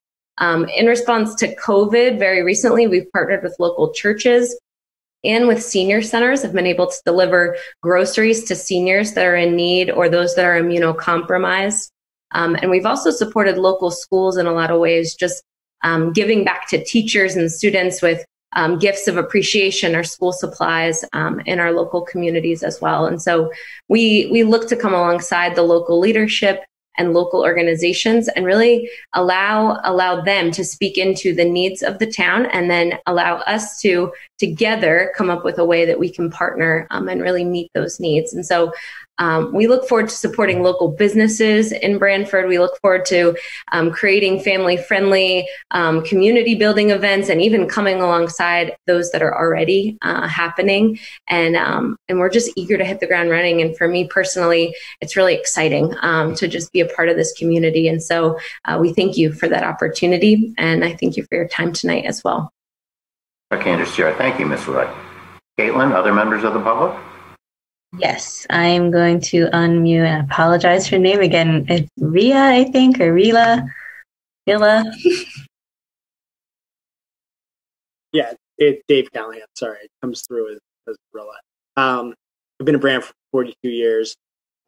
3 years ago, the community in Branford surrounded us as we looked for my son in the river, and then really collected us on the town green as we held a vigil and a memorial service. In that time, Vox Church reached out and just made this amazing connection with the town of Branford, and wrapped us in their arms, but also wrapped the community in their arms.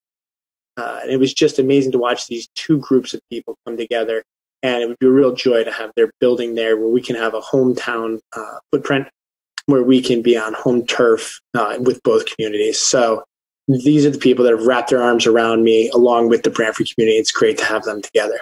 Thanks. Chuck Anders, Chair. Thank you, Mr. Callahan. Caitlin, other members of the public? Yes, one more. I'm going to unmute Linda Marino.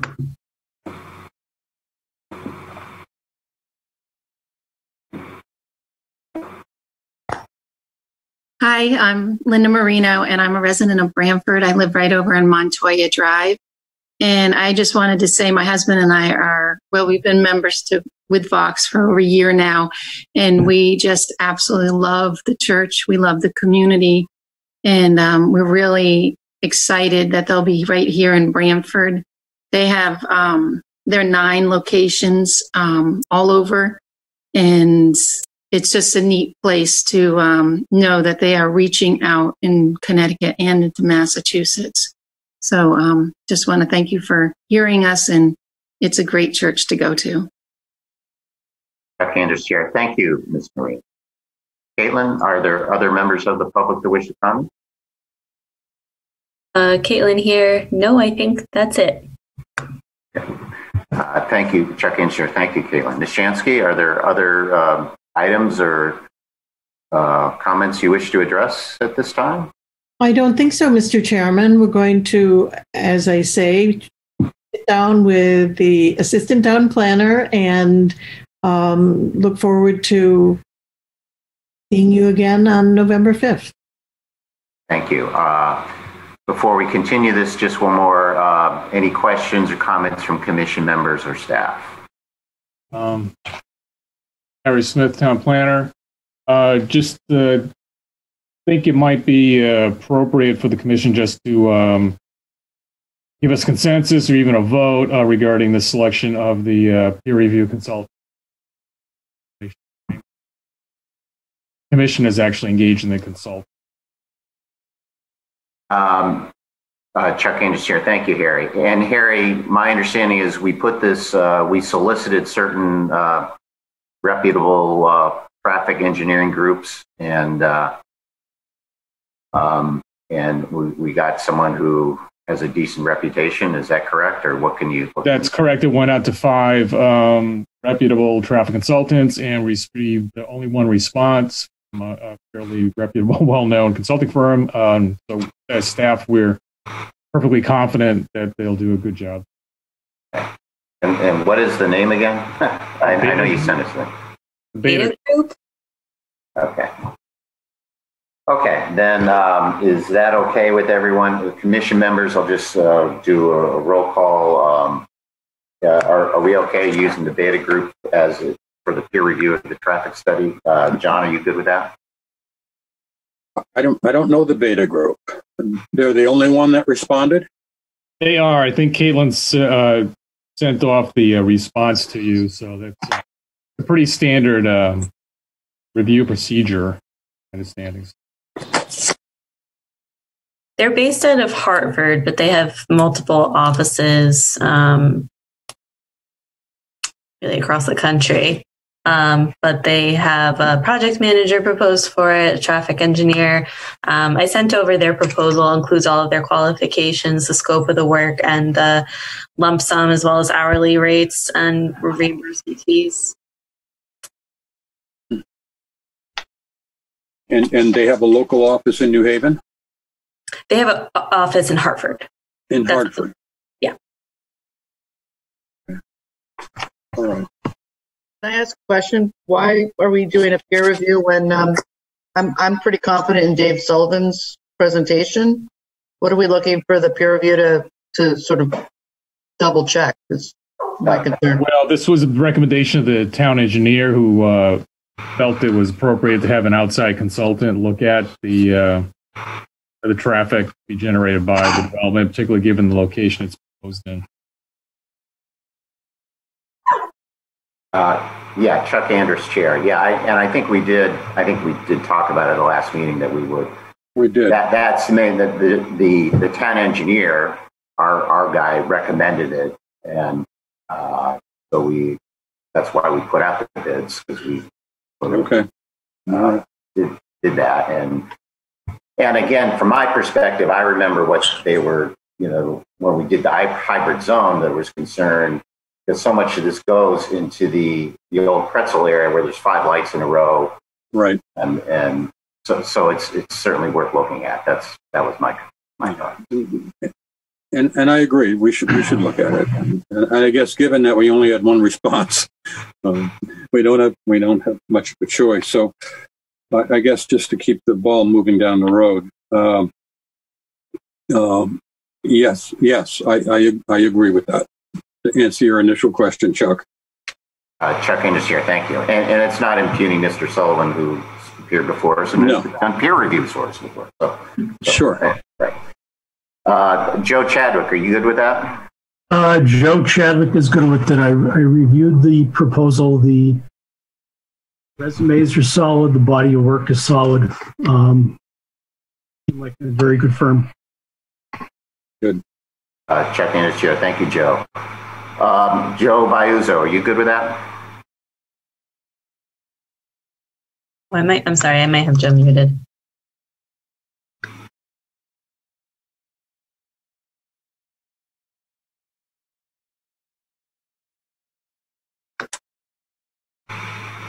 Joe, are you Joe Biuzzo, or are you here? Caitlin here. Sorry, I'm trying. You are unmuted. Hey, I'm unmuted now. Yeah, Joe agrees. Okay. Sure. Thank you, Joe. And Marcy, are you good with that? Marcy Paluzzi is fine. Okay, and Chuck and I'm also good with that. Okay, so Barry, we can go forward with the peer review. Okay, anything else from commission members or staff? If not, then we will continue this public hearing for Vox Church to our November 5th Zoom meeting. So thank you, Ms. Shansky, and members of the church. Commission, thank you. Does commission want to take any break? We've got Metro next. That probably will take some time. Does someone want to take a break, or do we want to just file forward? They could be great. I get a vote. I'm not a commissioner. What do you want? Do you want a break, Harry? I could use a quick break. Okay, let's do 5 minutes, and we'll be back at I've got 8:52, so a little before 9 we'll pop back in. Thank you.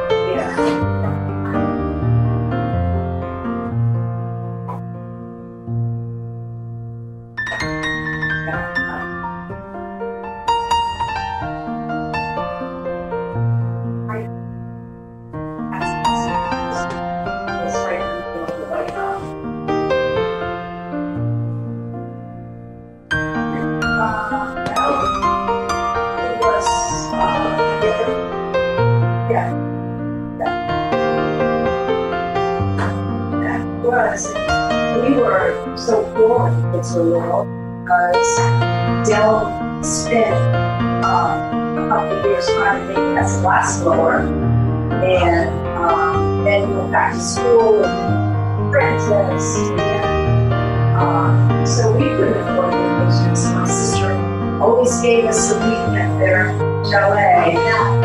It was really nice. They were very nice to us.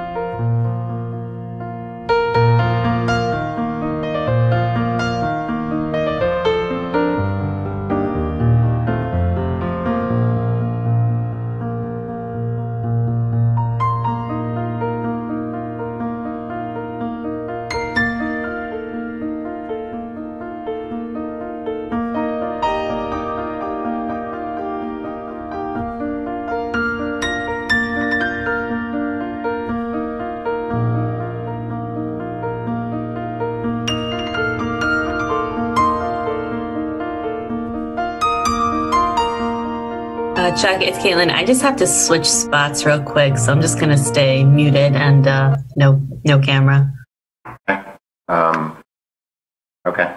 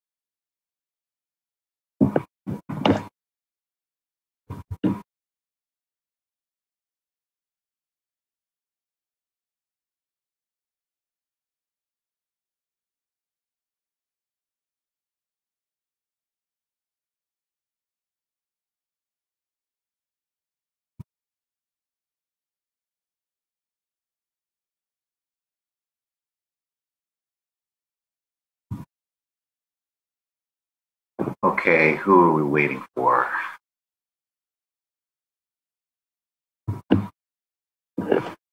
For our commission members. Let's see. Hey, Caitlin.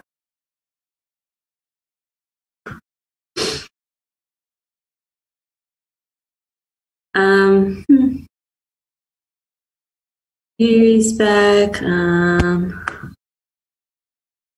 don't know if Marcy's there. I'm here. I see John, Joe Chadwick, and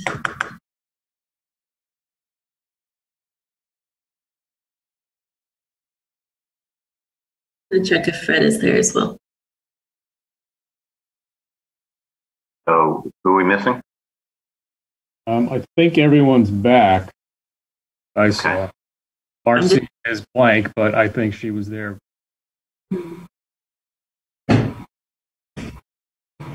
Okay, Marcy is back. Joe Vayuso. Oh, let me check that.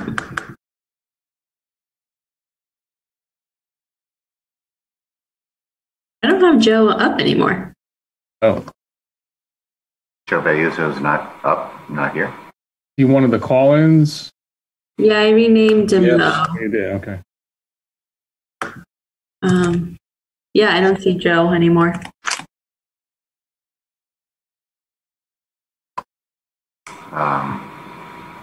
May have had to get off the phone call. You can try him.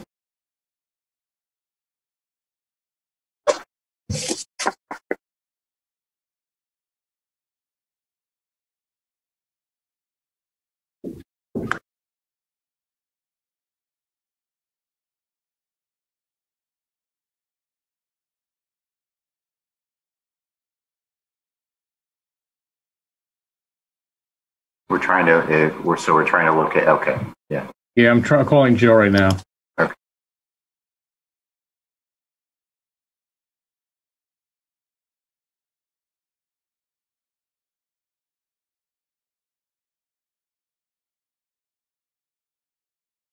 Joe? Hi. Oh. What's your last four? Okay, great. Thanks. I'll try and do you from this end. Okay. Bye. He's at 1592, Kate. He's trying to unmute. Okay, I got him. Sorry about that. So is everyone back? I haven't heard from Marcy, but No, I heard Marcy. Yes, I'm back. Okay. I have never left. We're all here then. Okay. Okay, then we'll call this meeting back to order. And we're on public hearings number 5 and 6, which are 375 Metro. And this is the PDD Master Plan Amendment Mixed-Use Development for various East Main Street properties. Is the applicant ready to proceed? We got to unmute them, right? I'm unmuting them now. Okay. Trying to. There we go. Evening, Mr. Chairman. My name is John Nuff. I'm an attorney with an office at 147 Broad Street in Milford. And I'm here tonight on behalf of 375 Metro LLC and Metro Star Company LLC, which is the owner and contract purchaser of the properties located at 367, 373 through 375, and 377 East Main Street. As you know, this property is directly adjacent to exit 55 off of 95. Is currently a BL zone. It consists of approximately 6.5 acres, and it is improved currently with a Days Inn, a former Key Bank, a former restaurant, and obviously that site has seen far better days. We submitted 3 applications to the Commission: the Plan Development District Master Plan, site plan application, as well as a regulation amendment regarding building heights. The last application, the regulation amendment, is not before you this evening just because of a notice delay. So the only public hearing that you're considering this evening is the PDD master plan, and to the extent the site plan application is relevant to that. These applications propose an extremely attractive mixed-use development. It consists of approximately 5,200 square feet of commercial space fronting on Main Street and a 144-unit residential community. It is a tremendous upgrade to this site from every perspective. You'll recall that we met with you last February, and we believe that the project was well received by this commission. We submitted our wetland application in April, and we received a unanimous approval in June. And I would tell you that the Wetland Commission was extremely enthusiastic about the project. One member actually said that she loved the project, and it wasn't just the aesthetics, but also the very substantial positive environmental impact as a result of the proposed design, particularly the stormwater design. Following that approval, we submitted these applications in July. Notices to all property owners within 100 feet were mailed on September 22nd, and certificates of mailing were provided to staff on September 28th. With me this evening and presenting our principal of MetroStar, Bob Smith. As you may know, he is a resident of Branford. He is also behind a number of literally transformative multifamily communities throughout the state, not only in Branford and Atlantic Wharf, but also here in Milford and New Haven and other locations. Following Bob will be Dave Golubuski from TPA, John Wicko, who is our architect, and Dave Sullivan, who you've seen earlier this evening, is our traffic engineer from my law room. So with that, I'd like to introduce Bob Smith.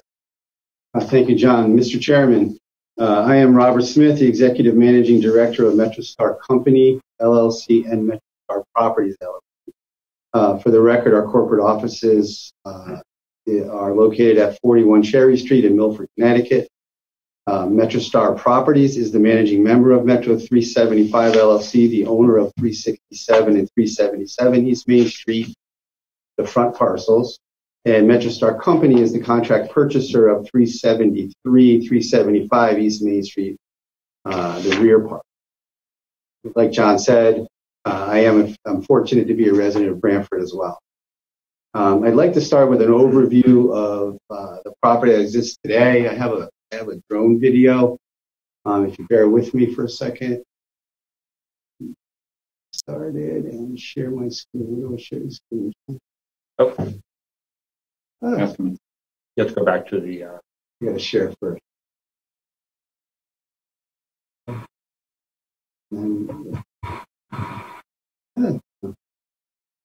do I get to the video? Okay. Can you guys see that? No, I can't. Okay.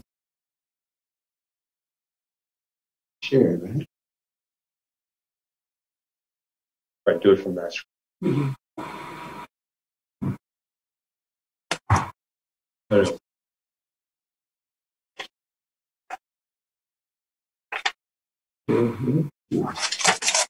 Start over again. Right? And then I click here for my file structure.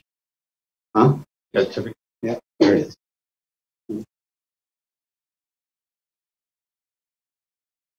Right there. Top one video, see it? There you go.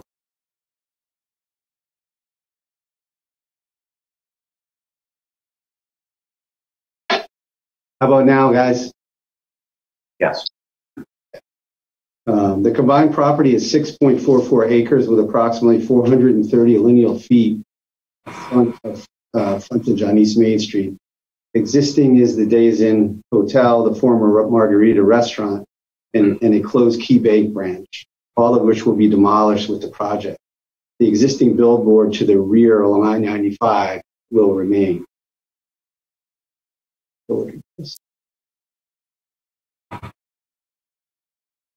Yikes.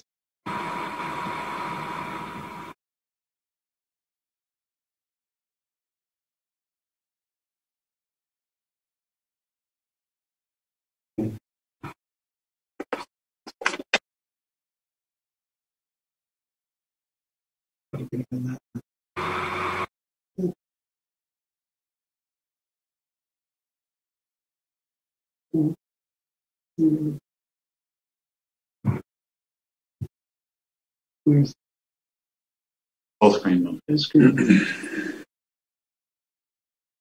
Okay.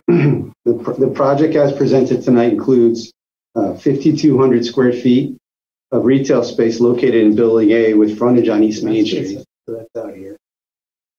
36 studio apartments, 76 one-bedroom and 32 two-bedroom apartments for a total of 144 units in 6 buildings, with 3 of the buildings a podium style and include parking under the building. Of the 144 units, 5 units are scheduled to be deed restricted as affordable to people making 80% of the area median income as defined by Section 830G of the Connecticut General Statute. There are a total of 213 parking spaces with 120 spaces covered and out of sight, significantly improving the appearance of the site as a whole. Additionally, the project will include a fitness center, a library study room, a large common room for community get-togethers and special events. How do I get out of it? Oh, escape, right? Right here.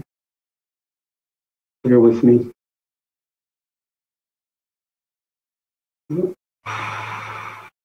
This is a rendering of the building along East Main Street frontage. So when considering the architecture for the project, we wanted a look that was most fitting for Branford. The coastal traditional design with gable roof, decorative columns, cupolas, window mantles, and shutters. Expansive facades are broken down by sections of shaker panels, a traditional style, large wall-mounted light fixtures assist in breaking up the band. Mr. Chairman, MetroStar's focus is to create some of the highest quality residential communities in Connecticut. MetroStar has earned a reputation for not only quality construction, but for architectural design standards that deliver the inspiring modern lifestyle today's millennials and empty nesters demand. This project will continue in that regard.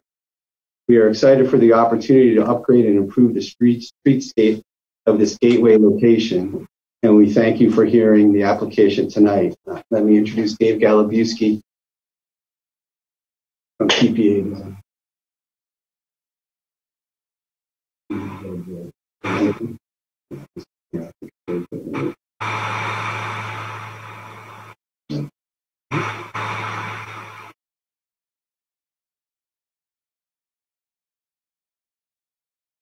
Okay. Sign out.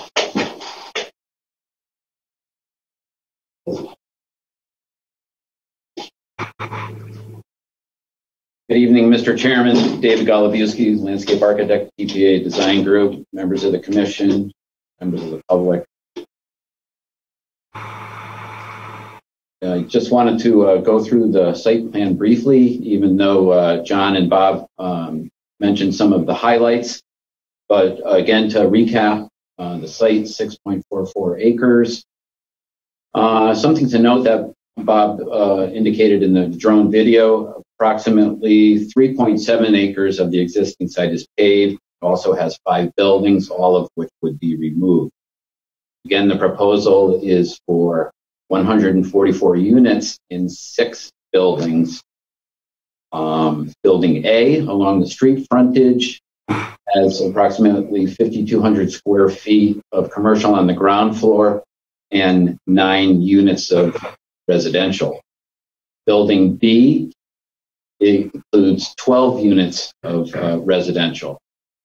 So coming along the site, entering in, this would be Building C. Building C includes 56 units and underground parking. Up to Building D in the back of the site is 44 units, also with the underground parking. The clubhouse itself has the clubhouse amenities and 3 units. And finally, Building E includes 20 units of residential. The total parking count, again, 120 spaces, 93 surface spaces, 120 garage spaces, and 4 loading spaces. Those are located throughout the site. in 4 different areas. One thing about the site I wanted to mention for those of you that may know the site, and for those that may not, there's quite a bit of grade change here. And I just think I wanted to point out at the entrance, we're looking at about elevation 21, and at the back of the site, it's approximately elevation 42. So there's about 21 feet of grade change from front of the site to the back of the site. So we're really working some with constraints of existing grading to develop the site plan.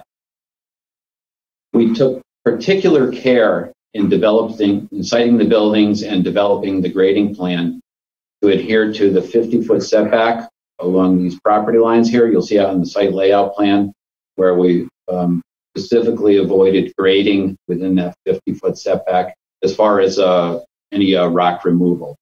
The rest of the site slopes are the 3-to-1 slopes in conformance with the regulation. Bob mentioned, and so did John, about the stormwater design. We have a robust stormwater design, completely compliant with the regulations. We went through an extensive review during the inland wetland submission, and you heard that we received unanimous approval.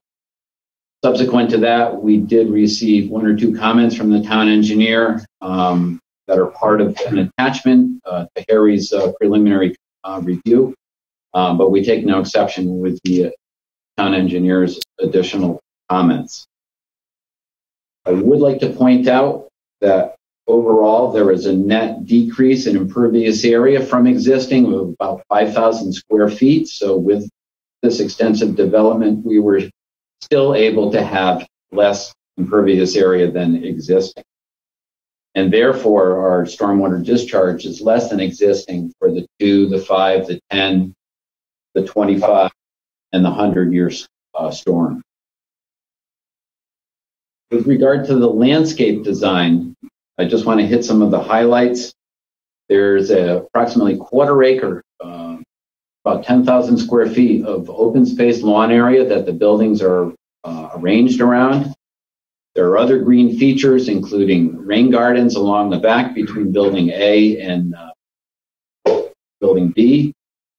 Also between building E and the edge of the open space, there's an infiltration area, and in front of the clubhouse as well. So where we could, given soil conditions, we tried to get that storm drainage and runoff into the ground wherever possible. I would note behind building C, there's an extensive lawn area where none exists today, and we were able to have a lawn buffer before the, before the runoff enters, let's say, the less than pristine wetland corridor along 95. But we're able to try to get some green space along this back area as much as possible. In addition, this flat area was also designed to accommodate some of the requirements of the fire marshal to be able to provide fire access along the back of the building. Other landscape features include over 100 screen, shade, and flowering trees of various native plant material, 630 shrubs, over 600 perennials, and over 40 different species. As the town planner Harry Smith noted, primarily native species, so an extensive and robust landscape plan that will complement the proposed building and the site. Lighting, there are 14-foot high light poles in the traditional colonial style LED type fixture, 16 building mounted lights that are around the entrances and so forth, and recessed canopy light where that would also be over the entrance. The whole idea is these are all LED fixtures. We understand that there is a preliminary report that suggests submitting light sheets or catalog cuts and so forth, and we'll provide those.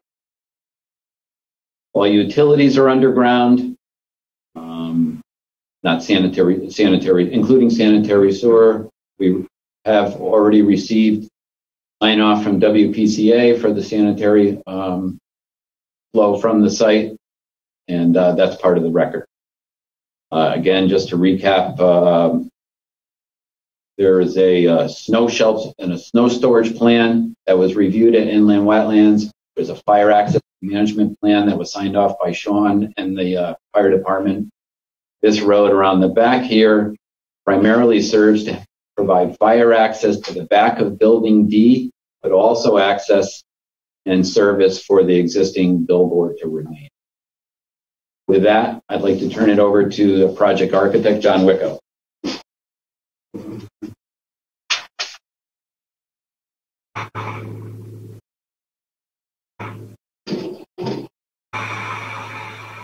Good evening, John Wicko. I'm going to get some drawings up. Office at 58 Prospect Street in Milford. The architect for the project, I'm going to work closely with TPA, also on the site development, and just wanted to walk you through the drawings, give you a sense of what we designed. I'll try not to duplicate, which would make my presentation probably a lot shorter, which is a good. Thanks, Bob. So that's the roll? Okay. Yeah, that's your roll. Thank you.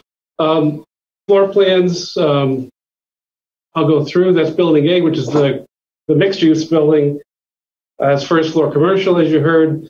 The front facade is the entrance for the commercial. The rear facade is the entrance for the residential, which backs up and is part of that complex.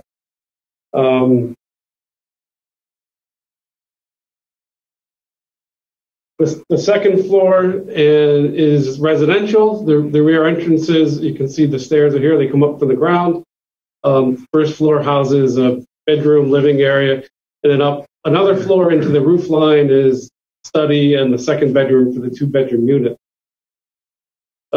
This perspective is a good way to describe the general architecture as Bob did. Some of the things to note out are the panels at the sign bands, the galvalume. It's a silver gray metal roof. Throughout the project, we'll have gray bases, whether it's embossed stone veneer, or painted brick.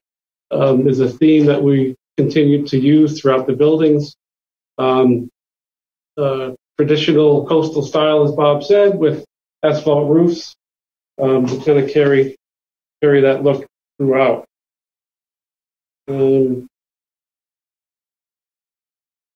We're also using a lot of trims in the buildings, especially the center buildings where the pedestrians will most likely congregate.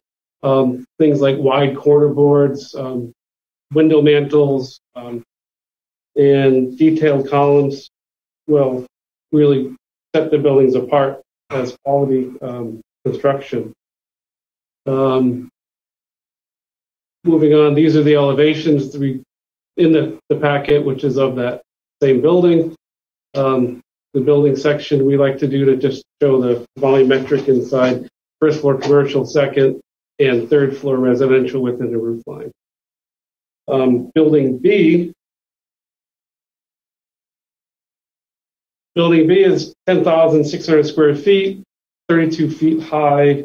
It's just behind the A building. So this facade here marries up with the back of the residential entrances on Building A.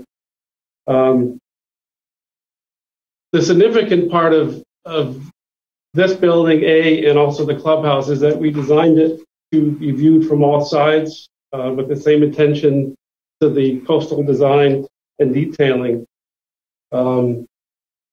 These designs respect the open space that we created with the green and the visibility from there, and also the people that are using that open space. The detailing is consistent with the rest of the projects. Oh, thanks, Bob. Yep. So that's B, right? The elevations.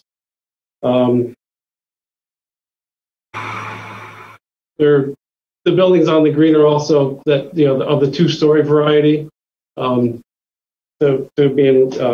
have a nice pedestrian scale. Building C, the largest building along I-95. Thanks.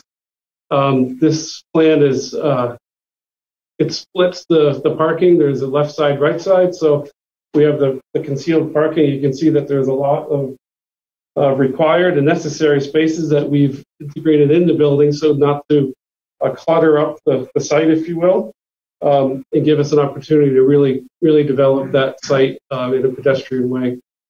The residential units, second and third floor, are identical. They're serviced by elevators and the stairs from the garage, from the sheltered parking, and also from the site where tenants would also park with guests that are on the open parking areas. We don't need to do unit counts. We have all that. So these are the scaled elevations. This smaller scale shows the entire building. We have the similar materials and style throughout the project. As I mentioned, we have paneled areas to break up the building. This particular element is the entrance to the parking garage, which separates it breaks up the long, expansive building, and it's open underneath, set back from the other facades. We have a lot of gabled and hip roof areas that undulate to break up any long walls that would have occurred without a good architectural design. Also to note, the base of the building is an embossed stone. Again, one more of the thread that comes through, but we've varied the materials, decorative columns, really nice ironwork in the openings to make the building very pleasant to look at and feel a little smaller. Side elevations just describe the ends. Notable thing, we did see the significance of the I-95 elevation. So just as a quick glance from the highway, but we thought enough of it to detail and provide the same architectural presentation thanks to the highway. And this building, parking, residential, 2 identical floors, and then on the roof, all the mechanicals will be housed up in that concealed area behind the parapet. So building D is a smaller building that is at the end of the site with parking under. And I'm not going to go through the similarities, but they're very similar. The elevations kind of show that pretty well. The unique thing about this building is we're using it to take up some of the grade change that David talked about. From the back to the rear, you can start to see it going up. With the parking entrance here, the panels mark that, and the varied roof lines and materials break up the elevation as well. Just got to go through these. The rear elevation just shows that it's a 2-story. It's it's up pretty high, so it's a nice scale towards the back.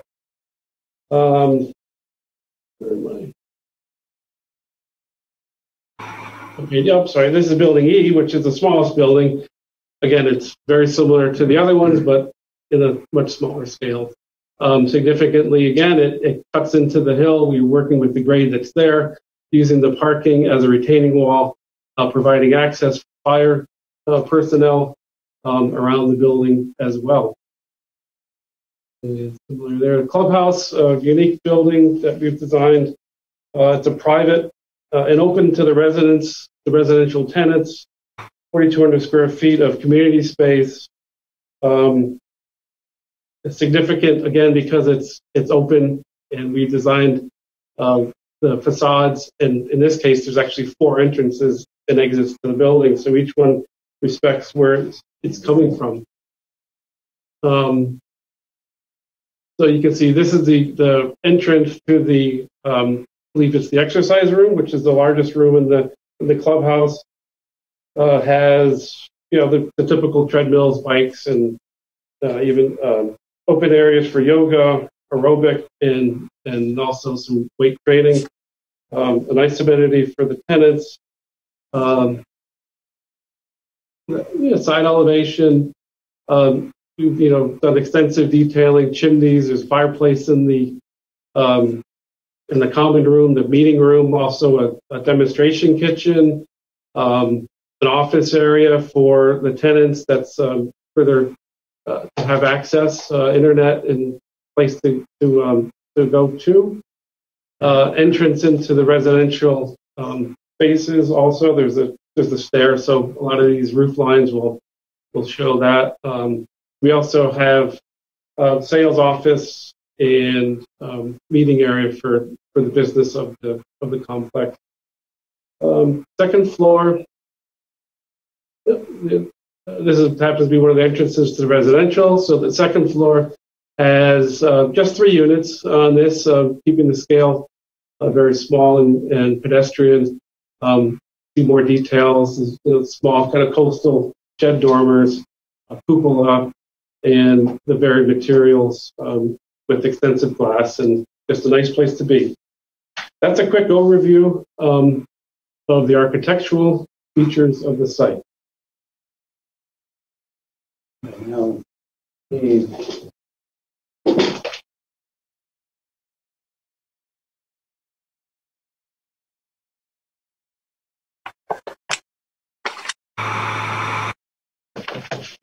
this back. Stop sharing.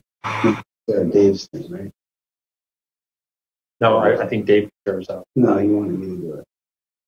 I can do it. If you want. You can do it, Dave? Yeah, if you prefer.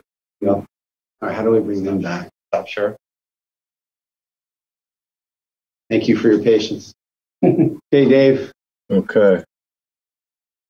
And let me pull it up, make sure I got the right one this time. Can everyone see that? Not yet. Not yet?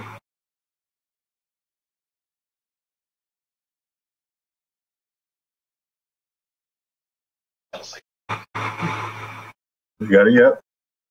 Yep. Okay.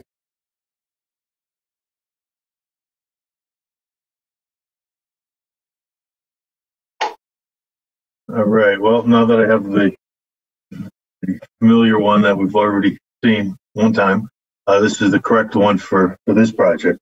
My name is David Sullivan. For the record, I'm with Mylota McBroom. I manage the traffic and transportation planning group there.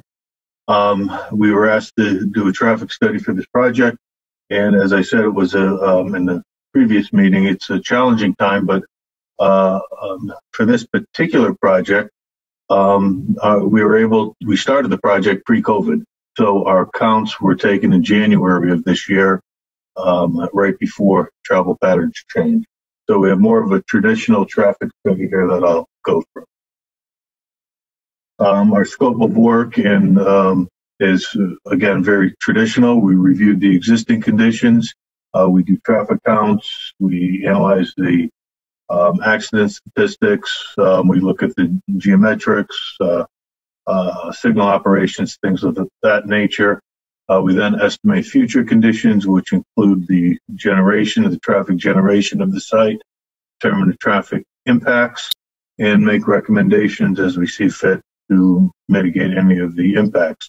You'll see the site located on East Main Street, and our study intersections included the 2 I-95 ramp intersections, as well as the intersection with 139 and Route 1. This is more of a blow-up of the area on top of an aerial. The access will be via a single driveway, so we are reducing the number of driveways to this facility. We're cutting it in half. There's 2 driveways today, one to the bank and one to the rest of this. There's also a third access to the site today. That will be limited now only to the retail, which is not part of this project. It's a separate ownership, separate entity. So that third driveway will be only for that. There will be an emergency access between the two sites, which is shown right in this area here. But our access will be here. It will be a 2-lane egress and a 1-lane ingress. Quick summary of the traffic that we expect to be generated. The 144 dwelling units, and this is based on Institute of Transportation Engineers trip generation manual.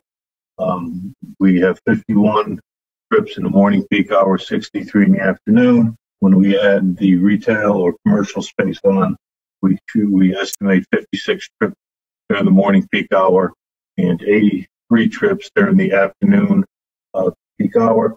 Underneath, we just to remind everyone, there are buildings on this site. At one time, and they were all very active and theoretically could be active again. But the existing bank, motel, and restaurant, if they were active at this point, the same ITE trip generation would estimate about 60 trips in the morning, so about the same number of trips as being generated now or being proposed under this scenario. And in the afternoon, 140 trips, which is a fair amount more than the 83 that we're estimating for this site.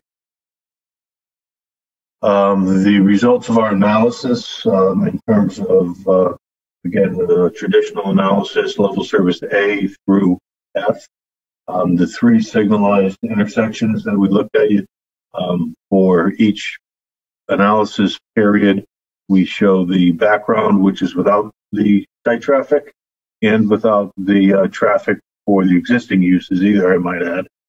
And the combined is with the addition of the new site traffic. So as you can see in the 3 unsignalized intersections, the levels of service will not be impacted. We have a greater breakdown in the traffic study itself, which gives you details on each approach. We did look also at vehicle queues, and we have a recommendation related to that, which I'll talk about in a minute. The unsignalized intersection is our driveway, and I don't think this will surprise anybody, but exiting the driveway during peak hours, we have levels of service that will be E in the morning, and they're in the F category in the afternoon. And again, this is pretty much the conditions for all these properties up and down Route 1. If they have unsignalized driveways during the commuter peak hours, there are some delays, particularly for left turners. What you would see with the left turn and right turn breakdown, that right turners generally would be at level service B or C, and the left turners would have a greater delay, and then averaging out here to, sometimes a minute during the peak hour. So those are our findings there. So again, our conclusions and recommendations are that all the signalized study intersections will operate at good levels of service. The 3 off-site study intersections, those intersections will not be impacted. At the driveways, we expect level service E or F during the peak periods. This is similar to other unsignalized intersections, and I might point out that the delays will be felt by the people coming out of these driveways, not impacting traffic operations on Route 1 itself. We looked at the site distances from the driveway, which are all adequate. And we did have one recommendation when we did our analysis, and also our field work. The left turn on Route 1 onto 139 during the peak hours, we noticed that the left turn lane there had a propensity for overflowing into the through lane. So we looked at doing some timing changes, and we could, without impacting the levels of service at the intersection, make some timing changes to make that left turn more efficient. So that's our one recommendation. And the last thing I'll point out is this will require an OSTA application. We'll be making an application for administrative decision, which we believe will lead to certification. Be happy to take any questions or turn it back to the team. Dave can go back to that. Need it. Chuck Anders, Chair. Mr. Nuff, are you have more or? Thanks, Mr. Chairman. That concludes our presentation. Obviously, the full team is here to answer any questions. We did receive from Harry a preliminary staff report yesterday afternoon. We have gone through that with some care. We are going to be responding to each of those comments in detail between now and the next meeting. As I mentioned at the beginning, we do have to open up the hearing on our regulation amendment in 2 weeks, and we look forward to doing that. So, but we'd be happy to answer any questions from staff, from the commission, or from the public at this time, and then obviously with the continuation going until 2 weeks. Okay, I'm just here. Thank you, Mr. Nuff. So, Harry, why don't we start with you going over the staff report, and then we'll see if the commission members have any questions before we open it to the public.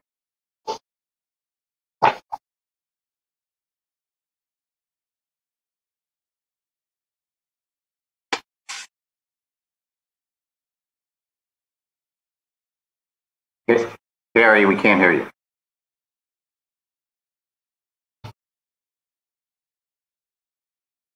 We see your mouth moving, but we cannot hear you. How about now?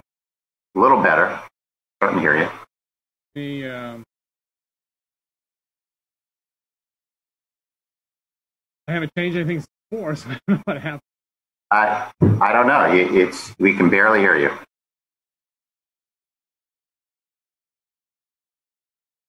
You can speak out loud, move closer to the microphone. I don't know. Yeah, I'll get a little closer. How about that? We can hear you, but you're still soft. All right. I haven't changed the settings. I don't know what happened, but all right. Let me just keep on going because it'll take me probably 10 minutes to get to the microphone to adjust it. That's better. That's better. Okay. I just want to note that in my comments, there's a question about the applicability of Section 6.8, grading and earth movement. The regulations set thresholds for the amount of earth movement per size of property. The applicants quickly took a look at what is being proposed here in terms of the numbers, came back and said, yes, they will need a special exception. They filed an application late this afternoon. That can be posted for a public hearing because of the executive order change in how we publish a legal ad. We can put that right up on the website tomorrow, and we can set that public hearing for the 15th so that this will all be coordinated and integrated. That's another issue that need to be taken up on the 15th. But since that's going to happen, I'm just going to go through comments I have about the PDD in general, and then summarize the comments I have about the site plan. Since I would think that many of those will probably be addressed in changes between now and the next meeting. So I'm going to share my screen and just go through my staff memo quickly.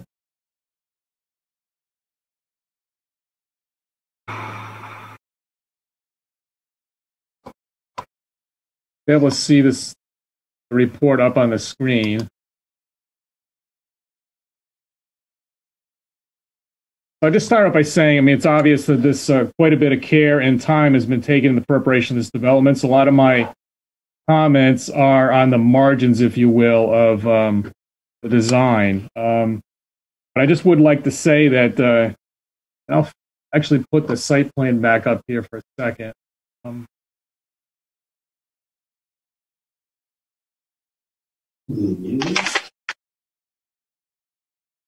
Harry, we can too, if you'd like. I got it right here. I'm fine. Probably not as legible as yours, but it was mentioned that 365 East Main Street is not part of this development. It's unfortunate that that is not the case. It's no fault of the applicant. However, the highway ramp, as you may be aware, comes off right opposite 365 East Main, and there, of course, is a traffic light in that area. So that would have been an ideal entrance into the development. The applicant has been very obliging to offer to rework the development site of 365 East Main because it was functionally integrated in with the Days Inn development. There was an access through here into the Days Inn, which will be altered to do that. They basically created what will be a separate pad for 365 East Main Street. I was unaware that the plan is to make this an emergency only entrance. So I think we need to discuss that a little bit more. It does show on the plans, unless I missed something, as an open entrance. And that might be a good interconnection. Typically, we've been trying to, as staff and as the commission, foster interconnection of development sites where appropriate along Route 1 to reduce people going in and out of Route 1 needlessly, provide some, traffic relief.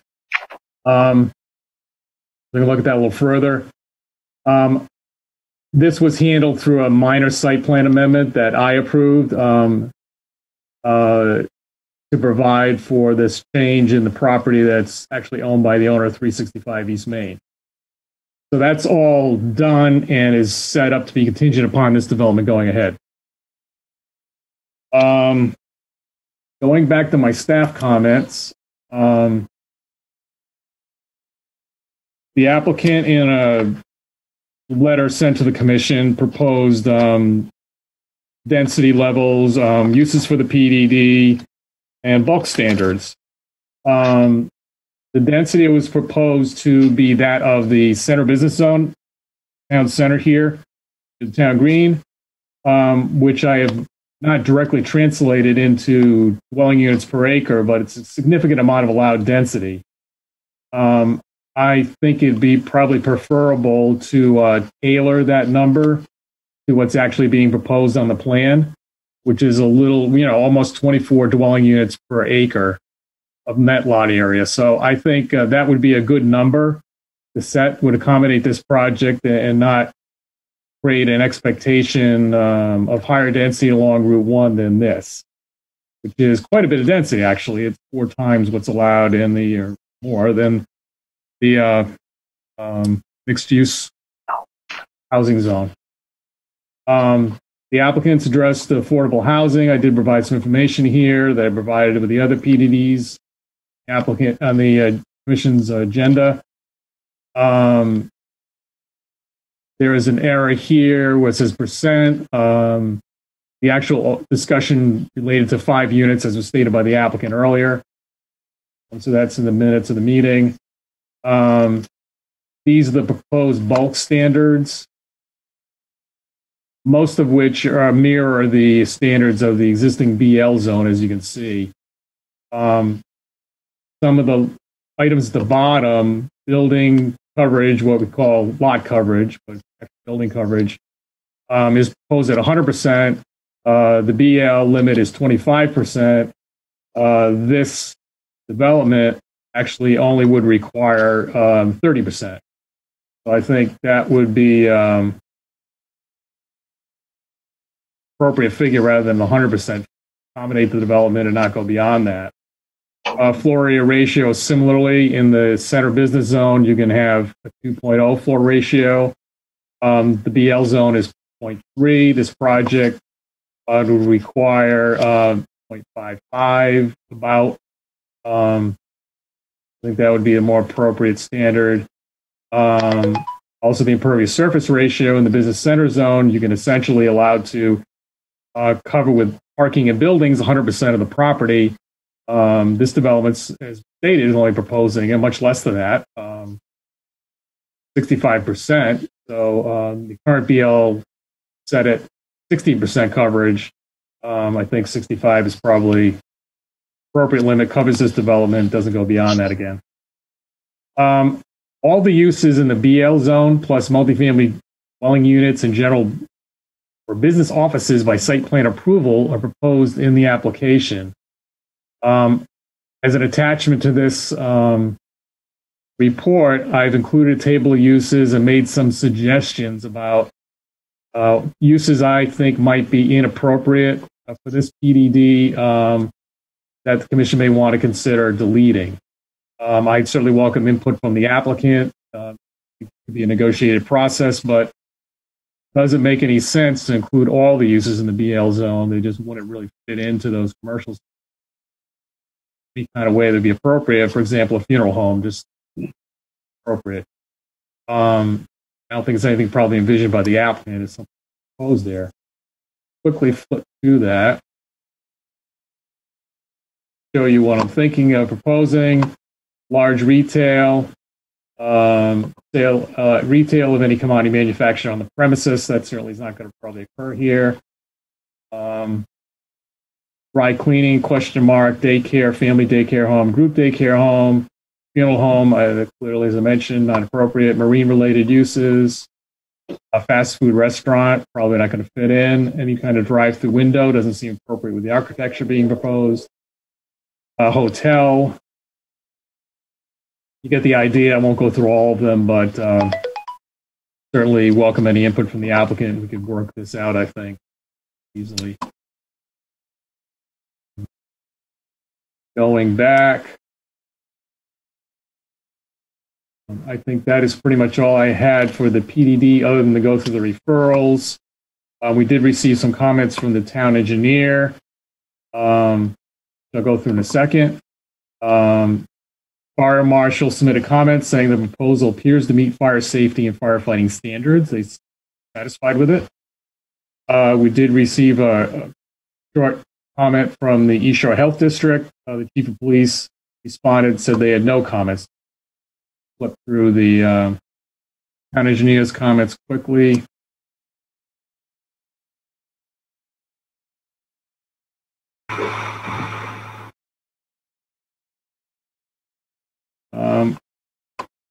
He noted that the WPCA approved access to the sewers.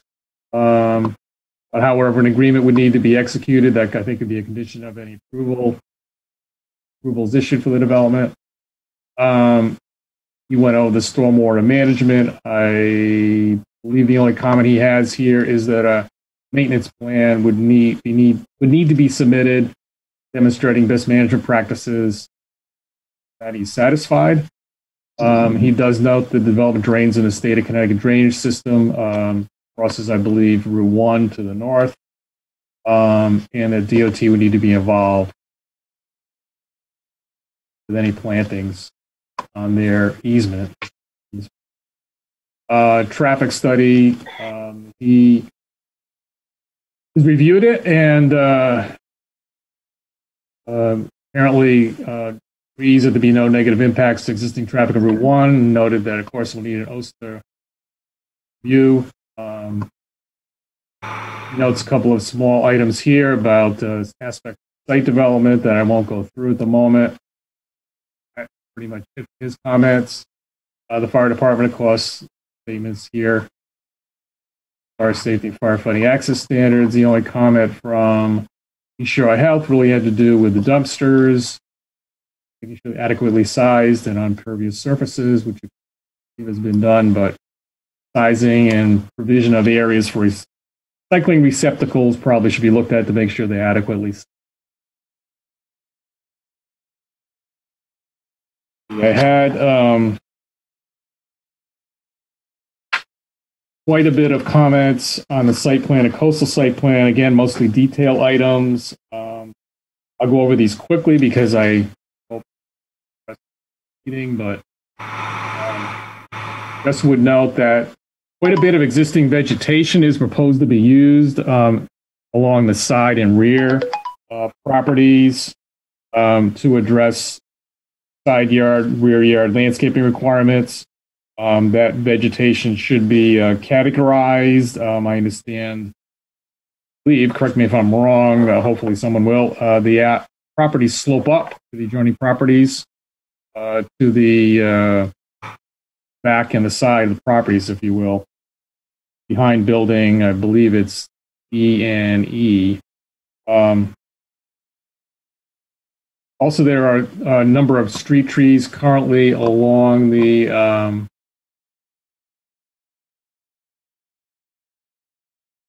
currently along the East Main Street frontage.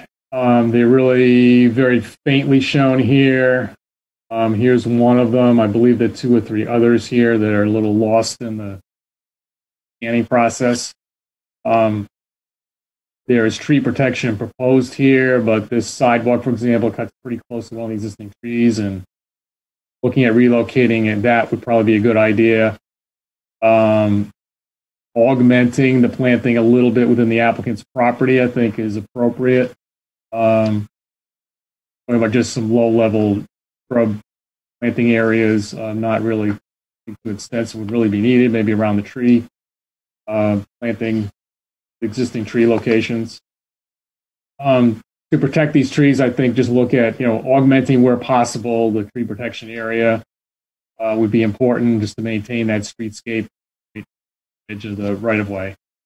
The green area between the property line and East Main Street is pretty significant. The 80 setback has no applicability here because the roadway is set so far away from the property line. The applicant's done a really nice job of the landscaping in front of Building A. Very attractive, and is screened off the adjoining car wash here on this side. Let's see. There will be some landscaping needed here along the base and the top of the retaining wall, though I think with the grade coming up to this adjoining property, that could be looked at again, whether that's really going to be functional in any way in terms of visual softening. There is an issue here with the height of this retaining wall, which goes up to about 13 feet. The zoning regulations limit height of retaining walls to 8 feet. So I think the applicant is looking at a way to adjust the grading here. There's a little bit of dip down below the retaining wall, and the grade, I believe, comes back up. My understanding is that an area of rock slope here and here is existing. That would need to be verified. I think anything, as mentioned by the applicant, nothing I believe is being proposed within 50 feet of the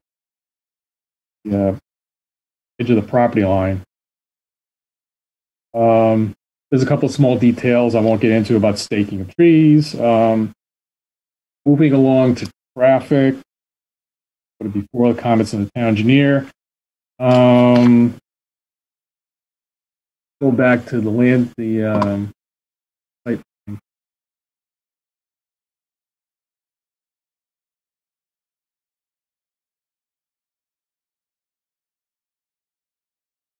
A little tough to follow. Maybe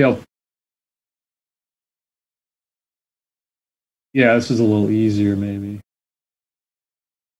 This is the best one. Just looking at the sidewalk network proposed, I noted there is no direct way without somehow going through the building, if that's even possible, through Building A, to walk from these buildings to the sidewalk along East Main Street. So that should be addressed. Could be addressed with sidewalk going on this side of Building A. I would recommend another sidewalk along this side of Building A, and really getting 2 connections to the sidewalk along East Main Street. Well, pedestrian access to that sidewalk and facilities it serves. The network's pretty extensive throughout the development. If we could get a connection here, I know it's a little grade challenge through here.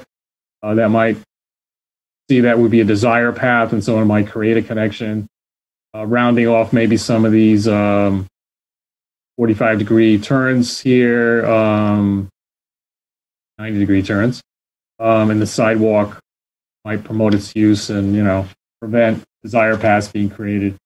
Other than that, serves everything pretty well.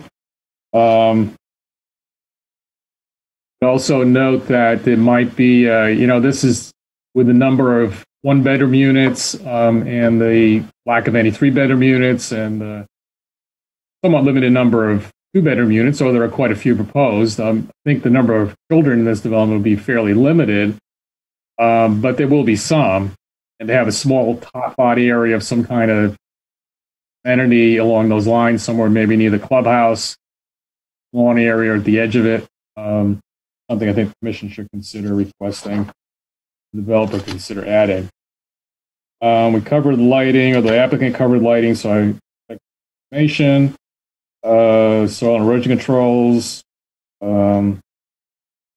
provided as required. Quickly, I think we flipped through all this. There's bike parking on the surface and within the garages. Lighting quickly. Special exception application has been filed.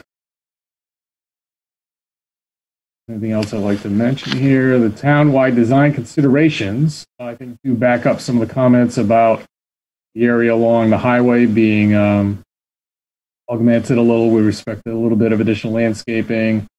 Looking carefully at transformers and other utility and service equipment areas, meters, so forth, make sure they're adequately screened. The wetlands agency approval, we talked about that. The retaining wall. I noted snow storage was posed as overlapping a lot of the landscaped areas, particularly the landscaped islands in the parking area. And while that might be okay for a small storm event, if there's any large storm event, should really look at not using those areas to not damage the landscaping. So I think maybe that ought to be noted on the plans, and I'm sure they're managing the area. They certainly don't want to damage. Clarify that. I'll go back to the site plan quickly for my last comment.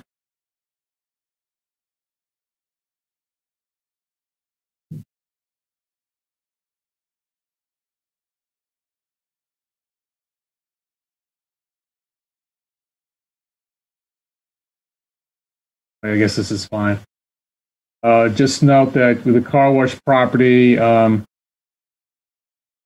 potential interconnection of this development with some possible future use on this site should really be considered. It could easily just be an easement up to the property line that would provide for that in the future should this property come in for redevelopment.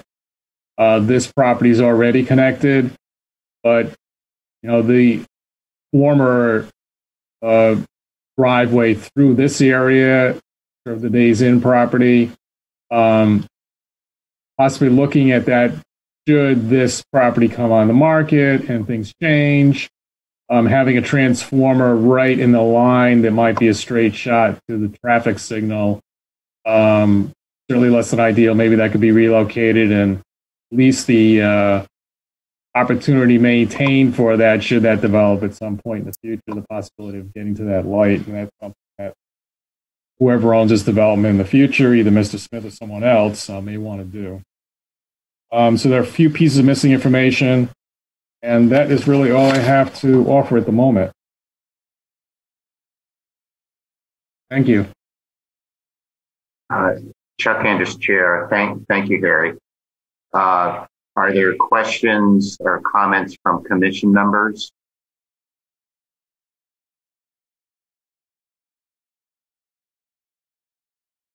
I will raise a question. There's obviously a lot of care that's gone into this, and it's certainly an upgrade over the mess that's there, and it's appropriate. But I am going to raise the issue of affordable housing. And just so you have the benefit of what my thinking is. And just looking at what Harry said there, this is largely a residential development. There's some commercial, not 5,000, but the density is a lot higher than anywhere else that we allow just in the as-of-right zones. The incentive housing zone allows 20 per acre. This is 24 per acre. Incentive housing allows 20, and then you got to set aside 20% to get that 20. The mixed use zone, I think, what is it, 8 or 9 or something like that per acre. So there's a lot more density here, and that's not saying that's a bad thing, but there is. But typically, when I think of what you get when you get that extra density, then that should trigger some affordable element. And what the developer may not be aware of is we've got two other PDDs that are present right now, where we're going through the same thing. And I understand the PDDs are all ad hoc. You sort of make them up as you go along. And I also agree that you guys came and spoke to us in February, whenever that was. And you say, well, we can't do affordable. How about, and there was a quick back and forth, 5 units, and you put in 5 units. And good for you. I'm not saying you've done anything that you said you wouldn't do. It's exactly what you said. That said, I'm expressing, in light of everything else that's going on now, in light of looking at the numbers, looking at what our regulations allow, looking at the other 2 PDDs that are out there. And they've got the rationale because they're down near the center of town where we've said you should have higher density, you should have TOD. There's no rationale for TOD here. This is right by the highway. And the analogy to the BC zone or I think isn't really correct. That's the center of business. That's the center of Branford where you kind of want to have them. This is off by exit 55. So I don't want to frustrate this. I don't want to do the project. And then the other PDDs, we're looking at things like fee in lieu of too, or whatever. But what I would like to see of the 3 PDDs, and this is the dynamic, just so you know what we're dealing with. We're dealing with this issue elsewhere, and we're trying to have some sort of, attempt to be fair, but yet adapted to the circumstances. This one seems like it should. It's the cleanest case where you should have more than of all that we're looking at. But I'm not saying what it is. So in any way, I would like to see something more besides just 5 units, either more units or maybe a fee in lieu of. And what that is, I'm not sure. But that's where I'm coming from. Maybe I'm wrong. Maybe everyone else disagrees with me. But I wanted to tell you guys that, just so you know where I'm coming from. Can I address that, Mr. Chair? Sure, absolutely. So, these projects are very complicated financial models. And, that's why we came in front of you, early in January to talk through this project and see if, in fact, we got a direction from the commission that would allow us to go and design the product we do. MetroStar is not an affordable housing developer. They are different developers than us. We're not all the same. We spend a lot of money on our project. The architecture is enhanced, the materials, everything we do is much higher quality than your typical affordable housing project in Connecticut. Just so you know, and the board knows, the median rent in Branford is $1,192. And believe it or not, that's below the required affordable housing number based on 830G calculations at 80% of the median income. What Branford has is an abundance of affordable. What it doesn't have is high quality, high caliber residential communities like MetroStar built. And I really feel living there, I see it, your housing stock is crumbling. It's very old, 4th oldest in Connecticut. Connecticut's the 5th oldest housing stock in the country. And I really think with all your good faith effort with this, and I understand that I do support affordable housing. We're just not that developer. And if we were asked to do more than that, we would not have been in front of you tonight. We would have passed on the project. It's difficult to buy an existing development like this, even though it's an old hotel, but it's still operating and all these properties, and overcome the financial hurdles to develop it. Again, that's why we came in front of you. So why I feel what you're asking. If we knew this earlier, we wouldn't have done it. If we knew it earlier, maybe we would have been able to change things. But we are where we are today, and do any more affordable housing would significantly impair the feasibility of this project. The difference in value between an affordable unit at 80% of the median income and a non-affordable unit in Branford with the rents we think we can charge is $156,000 a unit in value. So if we give you 10 units, that's $1.5 million impairment of the completed value of the project.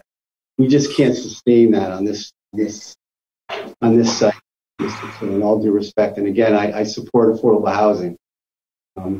But there's just nothing we can do. We modeled the 5.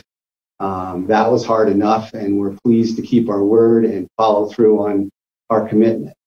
But to ask for more would be very difficult for us, and I do apologize for that. And I appreciate that, and I'm not disparaging that. I mean, I am a little. This points out the danger of informal meetings. Yes. Because it's like we shouldn't have them because they're going to say, "But you said," and we did this. So it's almost like I wish we don't have them because that's kind of what's coming. But that said, put that aside. I'm not trying to. What would you anticipate the market? What a 1-bedroom rental would be for this development? About $1,800 a month. $1,800 a month. Okay. Yeah, $1,750 for a 1-bedroom. Okay. Interesting. That's kind of is that what you get in Milford? I mean, I don't know. Yeah, we get more than that in some areas. I mean, New Haven is kind of 2,200. I think this product here can be very similar to Milford. 1,750 to 1,850. I think. Yeah. Sure. The other thing that one of the other PDDs, an offer was made for a fee in lieu of. So, 5 units or something else, and you can look on the record as to what that is. But that is something that, frankly, I anticipate is a viable option that we could write into a PDD that wouldn't be an ongoing thing, but could be something as well. And it would provide a source under our, frankly, control to use either for the development, the purchase of other affordable housing or the improvement of existing affordable housing within the town.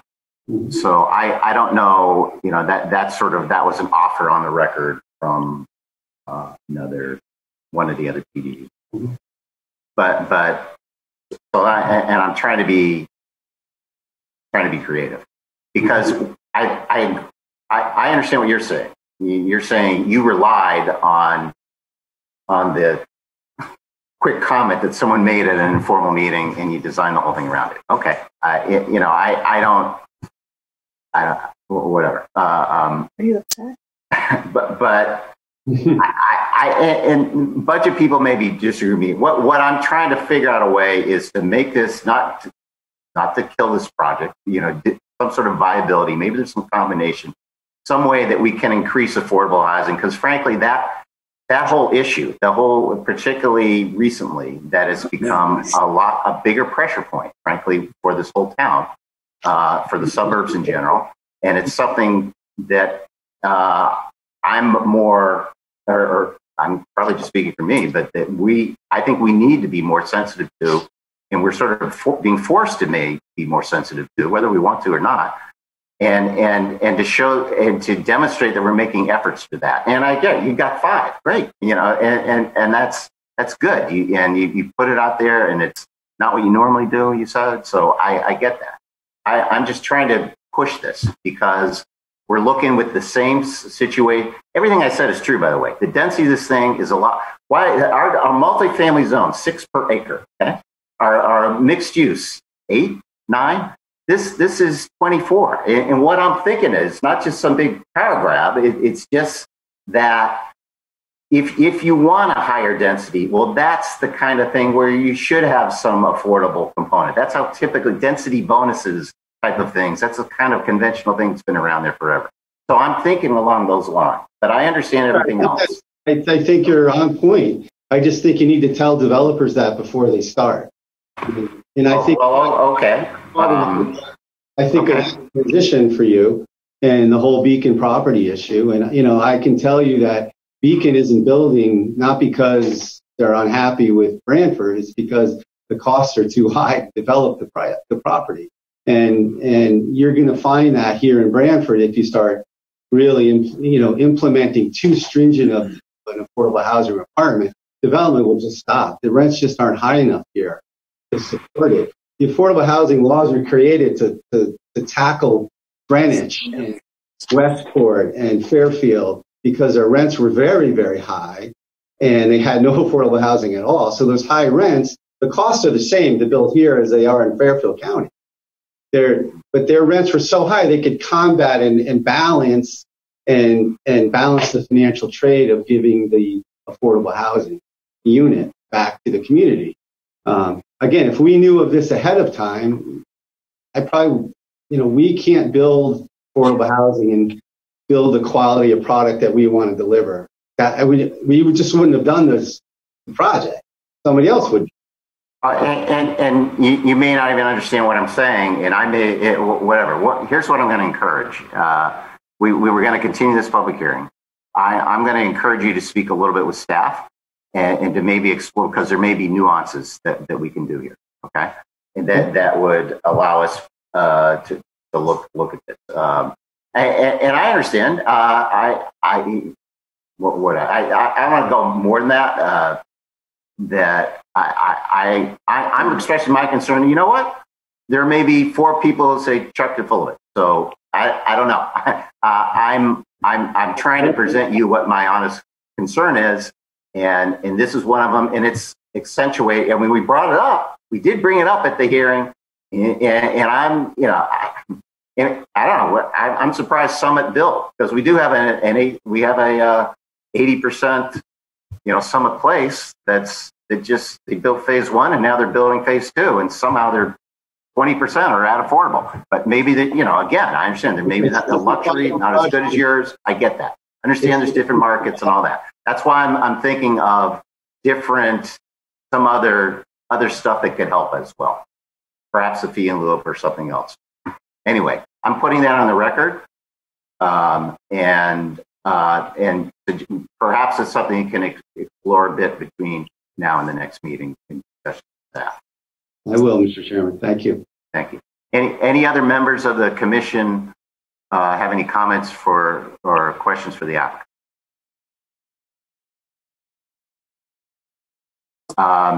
If not, then maybe we'll open it up to the public to see if there are any public comments.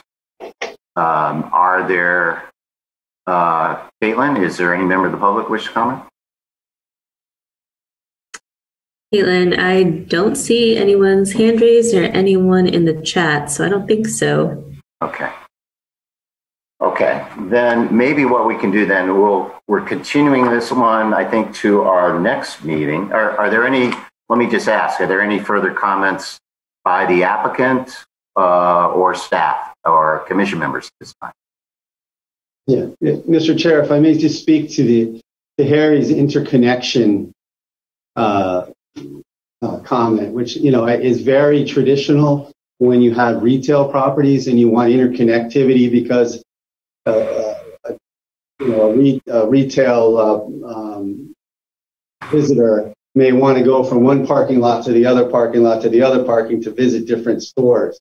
And this is very different when it's a residential community, and we really don't want strange cars driving through the parking lot, passing and repassing over the lands of a residential community. I really would push back on that request and ask that you consider my comment. And it's a safety issue. It's a number of issues when you have these dissimilar uses and the interconnection in traffic. Yeah.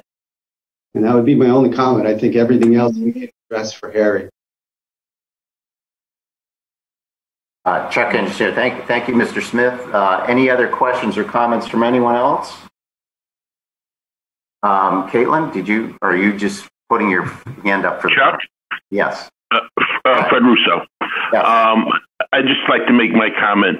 I think that, you're exactly right. Our applicant's exactly right. And it seems like there's no real solution in here because of the way the law is, and also what we're trying to do in bringing about more affordable housing.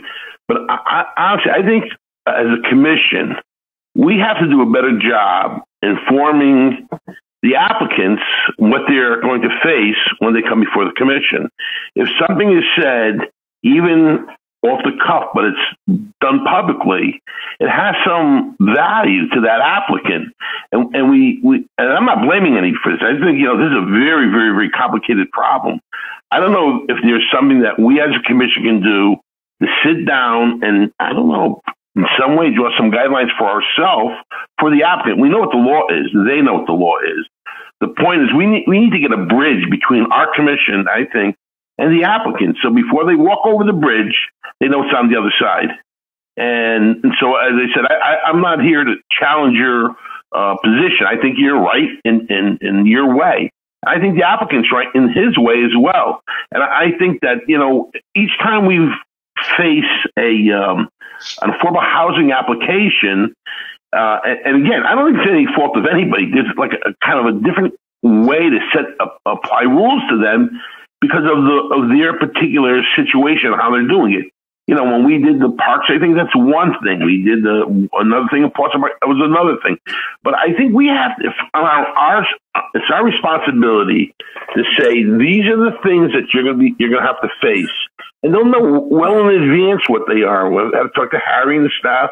That can be done. But I think when you get to this level, and then you were saying, you said 5, and now you're going to go to whatever. I don't think that's fair. I think we have a greater responsibility to let that applicant know what it is they're going to get themselves into. Not because we're out to set them up, but not to make them get blindsided to some degree. And I feel that in some ways the applicants have been blindsided a little bit. So that's what I believe. Thank you, Fred. Fred, those are fair points. They're making a reliance argument. My response to that is that if that's the case, then let's not have informal hearings. Because that the whole idea of allowing an applicant to come informally when there's no public input and anything else is to sort of feel out the commission.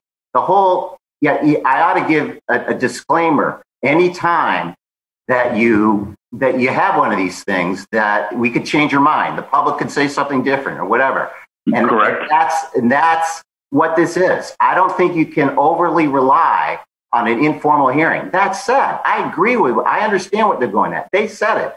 We said it too. And what I'm hoping is that we can come up with something because we're dealing with this across the board. And I think there have been a changes there across the board too. I agree with you. We're not talking about, if you want to know what the rules are, typically they're in the book. But now you're making up a whole new zone. That's the issue. So we're kind of devising the rules. So that's true. That's one of the things going on. But anyway, Fred, you're raising a fair point. I'm not disagreeing with you. And I'm hoping we get to something good. But I just wanted them to let them know what's going on with the other applications and what's going on here too.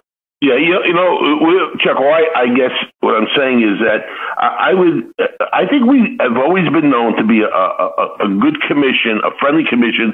There were, in many ways, on the side of the applicant. There are things that I disagreed with you, and you agreed with the applicant, and I think that you went too far. So I like that actually. That's in the end, I find that you're more right than wrong.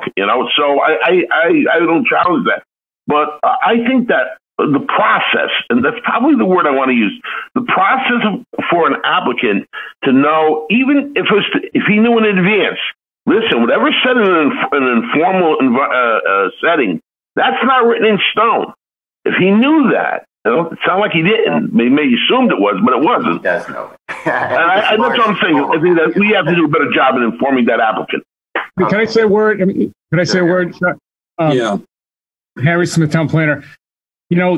We collapsed the process here, and this was, I think, based on the fact there was a fairly substantial conceptual plan proposed at the informal, And what the process really calls for is the master plan PDD submittal to be separate from the site plan, so that an applicant does not go to this level of detail without some certainty that they're going in the right direction. So the missing step might have been more, let's do the PDD approval, master plan approval, so that all the final architecture is not done, all the detailed site development, stormwater drainage, all of that is really not done to the level it's been done to until the applicant's certain that they've got a question like this addressed, which would have been addressed, preferably at the master plan PDD approval stage.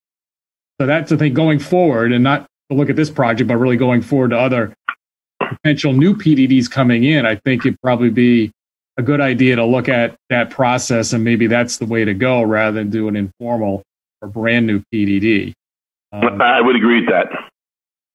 But we are where we are, so I'm happy to talk with the applicant about options and come back to this in the next meeting. Thank you. Chuck Anderson here. Thank you, Harry. Thank you, Fred. Anyone else? Chuck, John Lust here. Yes. Can you hear me? Yes. Yes, you can. I'd just like to chime in a little because I was the one that brought up the subject of affordable housing at the informal, and I think you and Fred are right in that we didn't educate the applicant enough as to what lies ahead.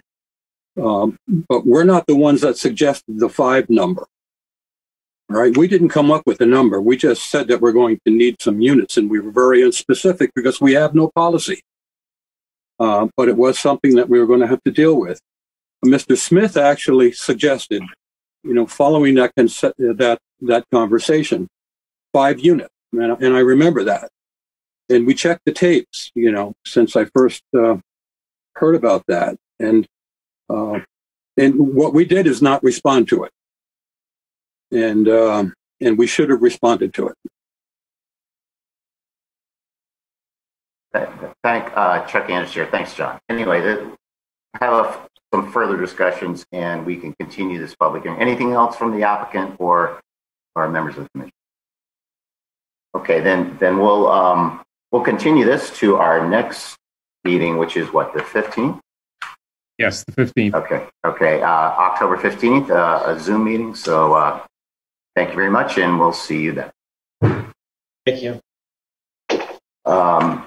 So that brings us then to our next one, which is item number 7, David Diatri, 4 3 Elm Road, special exception modification, coastal site plan.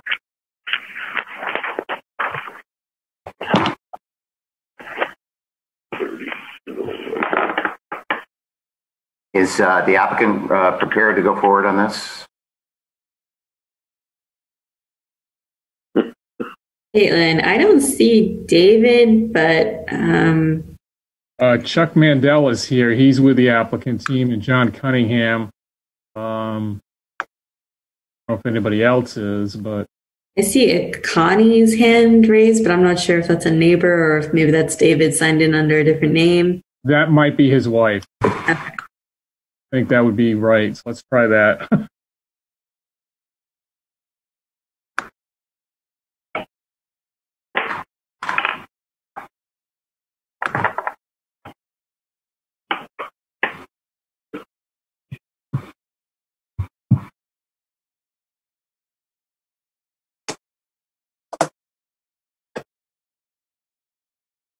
So I have Chuck and Dell unmuted. Let's try Connie too. Caitlin, can you hear me? And John. Okay. Yeah, and I keep trying to unmute who I think is David, and it's not working. Okay. Maybe if he can hear us, there's something you can. He's able to unmute himself. Would that be possible? Oh yeah, I can switch it.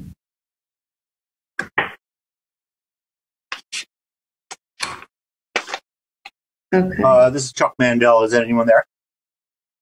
We are here. Yes, Chuck. Okay. Can you hear me? I don't know what's going on. David was supposed to speak first, and was a little unprepared tonight. I was at a separate meeting in wetlands meeting tonight, so I wasn't really prepared to be here. I had submitted a letter based on some comments from the neighbors. This is just a modification of the original application that had been approved previously. Go ahead. Can anybody hear me? Yeah, that's Mr. Datry. So yes, and I'm under Connie. It's under my wife's name. Yeah, we did figure that out. Invite me in. Yeah. All right. So I don't know how you folks want to proceed. Do you want to start, David? Yeah, I'll just give just a brief description of the application. As we went through the process of designing this building and undergoing a review by the town and the state, there were a number of issues that came up which dealt with code compliance. So we had to make some modifications. One was to some exterior staircases, which we discussed with Harry, which were sort of de minimis. There are other things we have to do that are really not that important to the commission, but we have to put a full sprinkler system in now, and we have to also become ADA compliant on the first floor units. So Dale Simmons from John Matthews' office, who did all the code and safety review, could address that issue. And Chuck Mandel from Thomas Stevens and Associates could deal with the effect of the additional ADA parking on the site. So I'd like to turn it over to Dell and then to Chuck.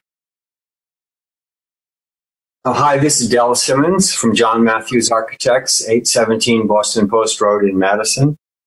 And I'd like to address the justification for the 3 required ADA spaces in placement at the rear of the building. For this R2 project, the addition to the building plus the reduction of the living units from 7 to 5 create changes to the floor plan, which requires that all proposed floor plans must meet all current building codes and fire code requirements. Considering this, the accessibility requirements in Section 11 of the IBC and the Connecticut Building Code must be met. Section 1107.7.1.1 of the Accessibility Code requires that in this building without an elevator, all first floor living units must be classified as accessible type B units. There are 3 first floor accessible type B units, and all are required to be type B accessible. Per section 1106.2, items 1 and 3 of the Accessibility Code, any accessible unit shall have its own parking space. The Accessibility Code is practical and clear in its requirement that each accessible tenant living unit shall have a code specified wheelchair access to the entrance door. Considering this requirement, the parking should be adjacent to the entry at this site. This can only occur at the rear of the building where existing grades are reasonable and practical for ADA access to the building entry. The existing parking is 9 feet below the first floor at the west side of the building, where the parking is right now. At the opposite side of the building, east side, the grade is 1 foot below the first floor. If you were to put a ramp at the front of the building to get up to the first floor, where there's a 9-foot difference, you'd need to have about 120 foot of ramp and platforms to make the building accessible on the side that parking is on. I'm going to interrupt for 1 second. I'm going to share my screen and put the site plan up from Thomas Stevens, if that's helpful. Yeah, that's a good idea. Thanks, Harry. Okay.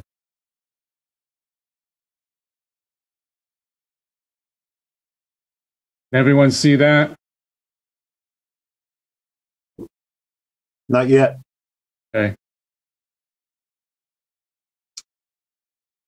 There you go. That's good. Thank you. As you can see, as we look at the building on the left-hand side, yeah, Harry's cursor is there. That's the existing parking area. That grade is about 9 feet below the first floor of the building. The opposite side of the building, where you can see here, the parking spaces are proposed. That grade is 1 foot below the first floor. So the common sense approach here is to not build a 120-foot platform at the west side of the building to get access to the first floor. But the common sense approach is to put the parking 1 foot at the east side of the building, 1 foot below the level of the first floor, which is manageable and more compliant to ADA requirements. And because of the extent of modifications to the first floor, and there is no elevator, all of the 3 units are required to be type B units. Each type B unit is required to have 1 parking space. And this answers the question that came up: why are the 3 handicap parking spaces required, and why are they on the east side of the property?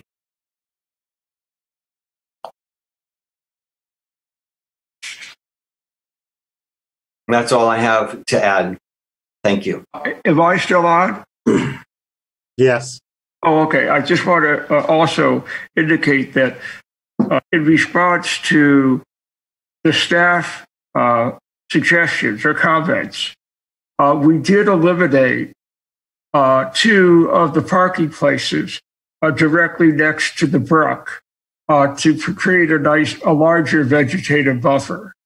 We also asked John Cunningham, who I don't know if he's on or not right now, but he was earlier at the meeting, to come up with a buffer between our property and the Chesler property next door, so we would have no adverse impact on their property. We've tucked the parking in against our building. We had already planned to put a buffer, but John has come up with even some additional plantings for that. One other comment I'd like to make, Dale, and I never thought about this until you talked about it. 120-foot ramp would have to zigzag back and forth, which probably would have taken up a lot of our parking at that lower level to start with, forcing us to put additional parking in. It would. By the reduction in units, though, we are able to eliminate several parking places. We reduced it from 7 to 6 to 5, just to try to accommodate, just to make a nicer building, a less dense building, and of course there'd be less impact even on people coming in and out of the building on the street.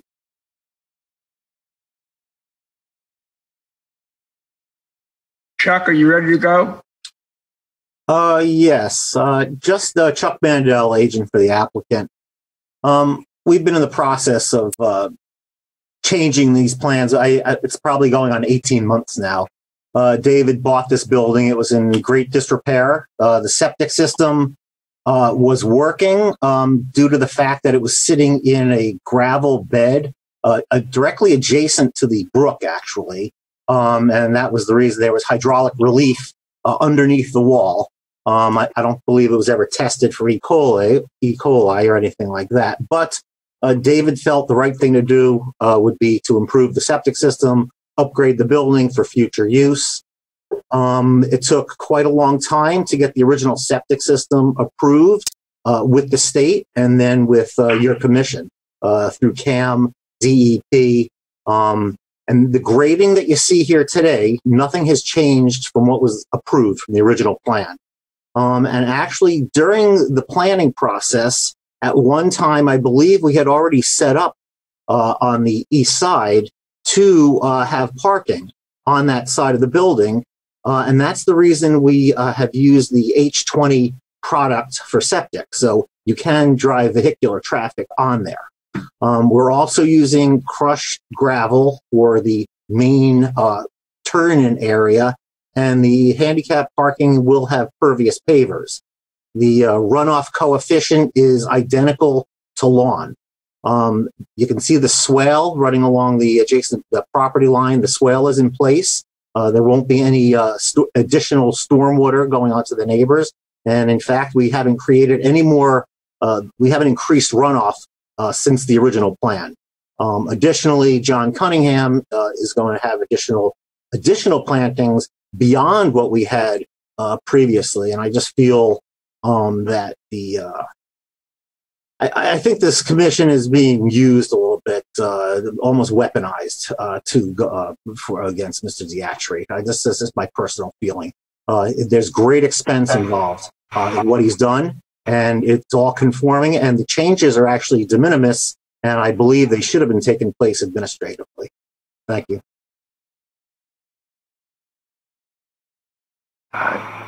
Chuck Anders, Chair, does the applicant have any further comments at this time?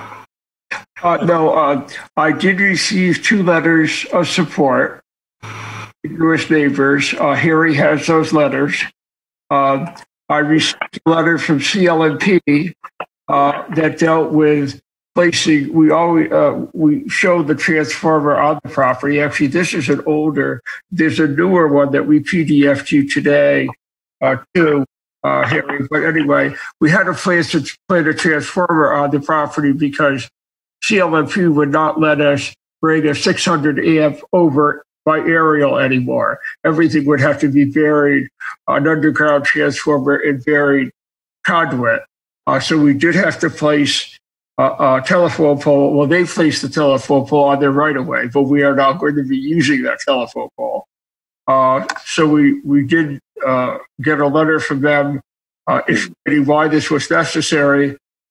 And other than that, we really, all the comments that were on staff reports, we provided information by either the architect, landscape architect, or engineer to Harry, along with some letters of support.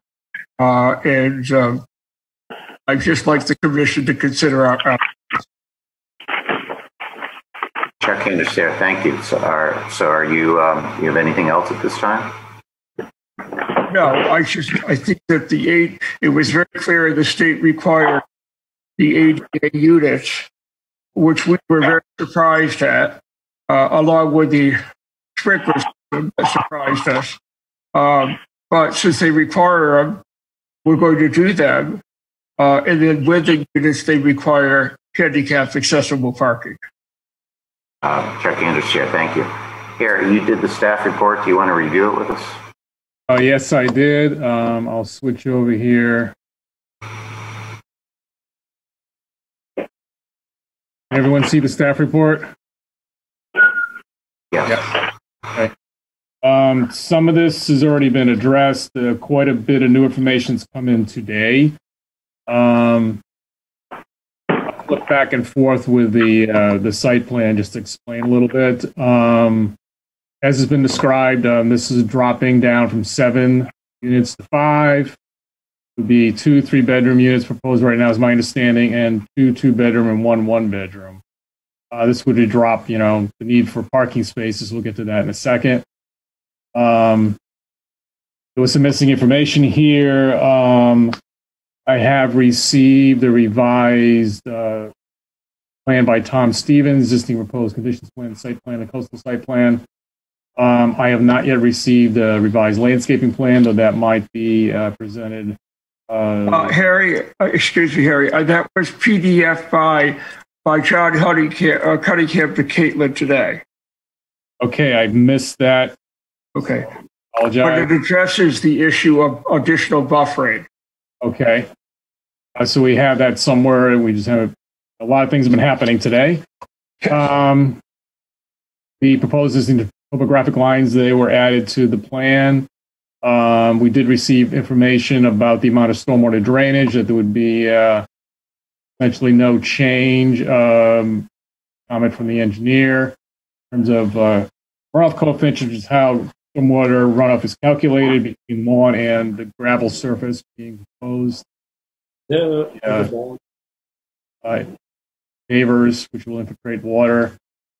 I haven't received any information about exterior lighting, whether any lighting is going to be proposed to this parking area or not. Again, parking surface, pavers, and gravel. Had a couple of questions and comments about the existing status of the construction. It apparently, with respect to the septic system, my understanding is all the select fill has been in place. So essentially, you've got a gravel surface out there at the moment. There is, of course, 4 inches of topsoil that would need to be put over that, as required by the regulations of the prior plan. The silt fence at the bottom of this, I'm not sure was installed everywhere along the perimeter of the property, or has it fallen down and disappeared. Certainly needs to be reset and sediment removed, or reset so that it catches any runoff from when the topsoil is placed over, or any other fill that's that's going to be generated during the rest of the construction. We should have been receiving monthly reports. We did have a condition that we would get them. I don't believe they've been filed. Let's see, there's really no change here as a multifamily. There were a couple of approvals that were noted by myself to address a couple of small exterior elevation changes and the specific information of blasting that was submitted. That was already noted as prior plans were approved by the. This proposal, which includes some changes to the exterior elevation, was recommended for approval by the Stony Creek Architectural Review Board on September 2nd. I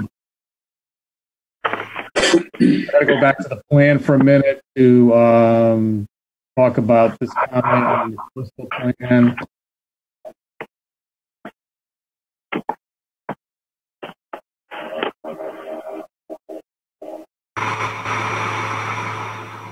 I'll stop sharing for a second so I can get.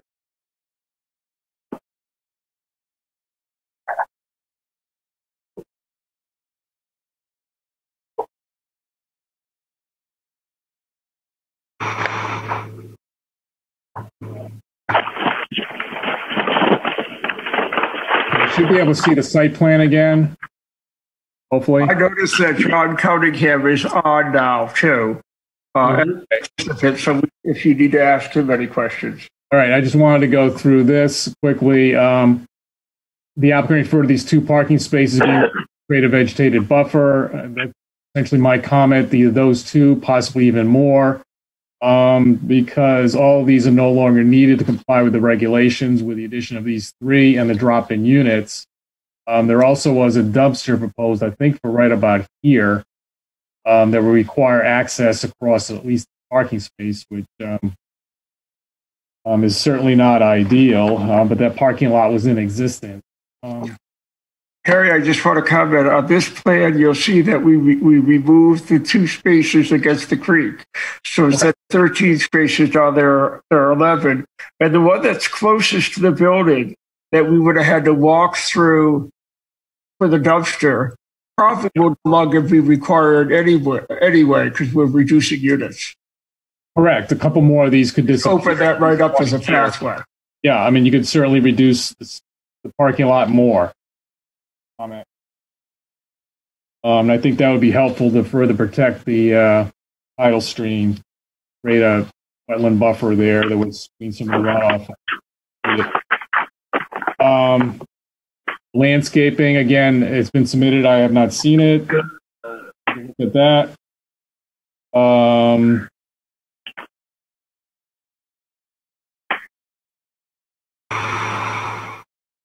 want to comment about the apron here. The whole width of this apron, 24 feet, is not needed to comply with the regulations. It can go down to 12 feet, so you can basically lose half of it.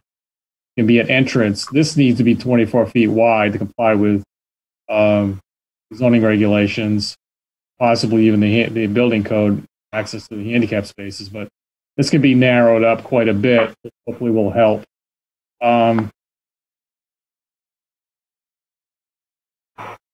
Did get this plan, which essentially mirrors the existing grades on the existing approved plan. So, as far as I can tell, there is no regrading or change to the grading on the previously approved plan in this plan. Is that a correct statement, team? Yes, Chuck Mandel. Yes, that is correct. And I'm sure David has no problem reducing the amount of paved area at the entrance. I would not think so. So essentially, I think additional landscaping would certainly be helpful to soften this from the impact from the neighbors in terms of compliance with the regulations. And that is pretty much all I have at the moment. There was a letter sent to us, and I believe sent to the commission, a 3-page letter from the neighbor to the east here. And I have read it. I don't know if anybody else has. I think that's been responded to by the applicant. But I will say we've got a lot of information that came in today.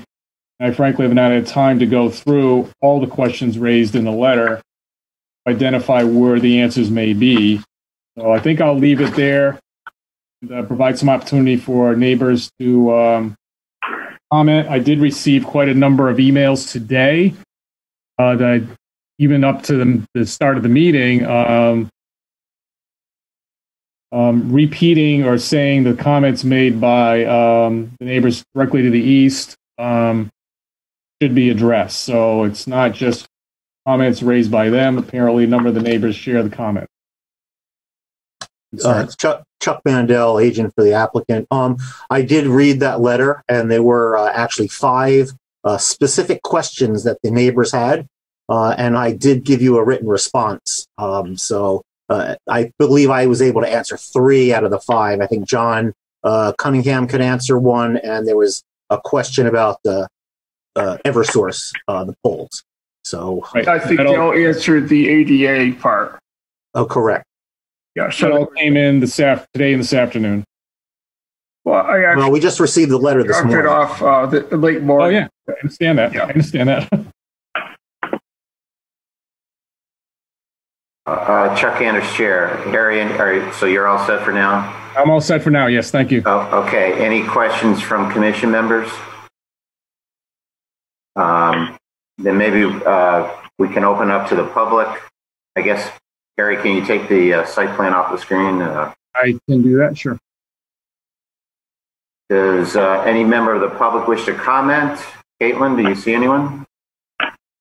Yes, I'm going to unmute Barbara Chesler.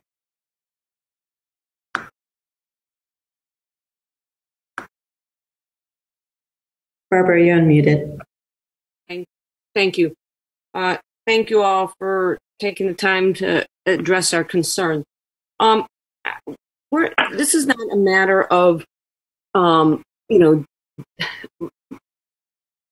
disagreeing with what Mr. Diatri is trying to do, and I know it's been a long, difficult project for him. I think our first and foremost concern is that we really don't understand how we left last February 20th. Well, actually, we left on February 9th, and then there was a final hearing on February 20th. And it seemed like, this whole thing was set. There was no issues about parking in the back. Everybody seemed to walk away content.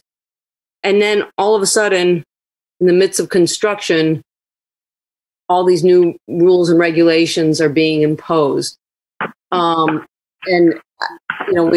We tried to do our homework as much as possible to get answers. And there seemed to be a lot of contradicting answers. So I think my first question is, I'm not quite clear on the process. And how something can be all approved and then everything just completely gets changed.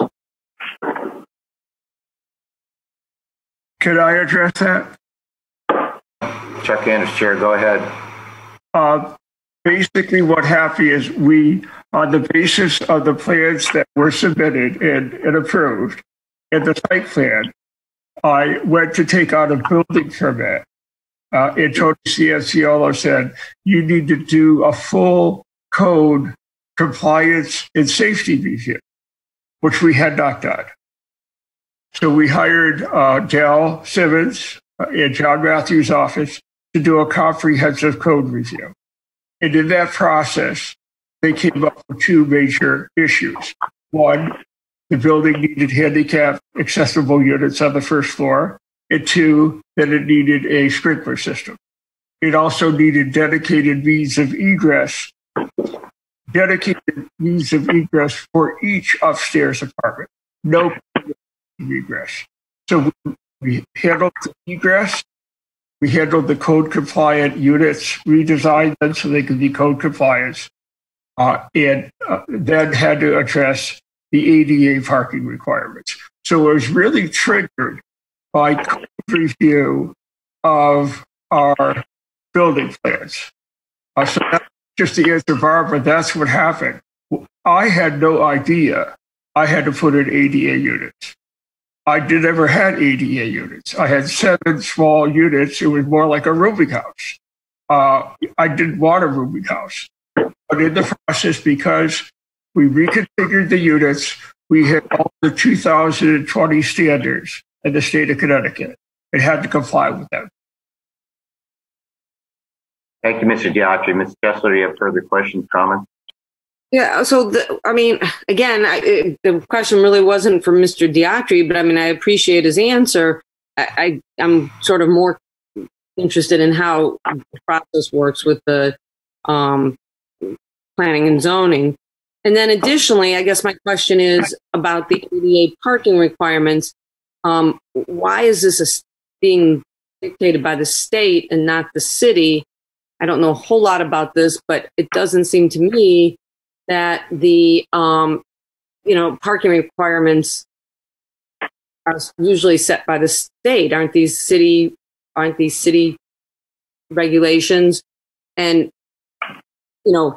is there any chance of there being a waiver so there doesn't have to be 3 ADA parking spaces in the back with all the paving? Okay. Access. Do you have other comments? What I'm going to ask you to do, since it's 11 o'clock, is why don't you make all your comments? This is likely going to be continued, and then we'll allow the applicant time to respond. So so you raised the question, is there a waiver? Can you waive the ADA requirements? Do you have other questions or comments? That's the main issue. And then obviously we would want to see a final landscaping plan. Okay, great. Thank you, Ms. Chesler. Are there other members of the public that wish to comment? Caitlin? You see anyone, Caitlin? Caitlin here. I do not see anyone else's hand. No one's in the chat. Caitlin, okay. There are 2 letters of support, so that I did submit to be read at the meeting. Sure, Ms. Diatri. It sounds like a lot of things came in today, including a letter from the neighbors and your stuff. So what we're going to, and Harry hasn't a chance to do it. So what you can do is Harry can email each of the commission members the letters that came in today, so we can read them before the next meeting. And then I think, Harry, you're recommending continuing this because it sounds like we need to tighten this up, or what? Am I correct? It seems that's what we have to do based on the information coming in today and the large agenda we have and the lateness of the hour, et cetera. I haven't been able to look at the landscaping plan because I frankly did not realize it was in the office, given everything going on. And it's awfully quick turnaround. Anyway, I think it came in yesterday, so I think we're forced to do that, unfortunately. I understand it's involved, but I want to get this right for the neighbors as well. Okay. Harry, can I ask you a question? The ADA parking is separate and distinct from the landscaping because we'll make sure the landscaping is done correctly. In Dell's conversations with the state, and you can chime in on this, Dell, I don't think there's any chance whatsoever that they would waive the requirements for handicap accessible parking. And to put up a 150 foot.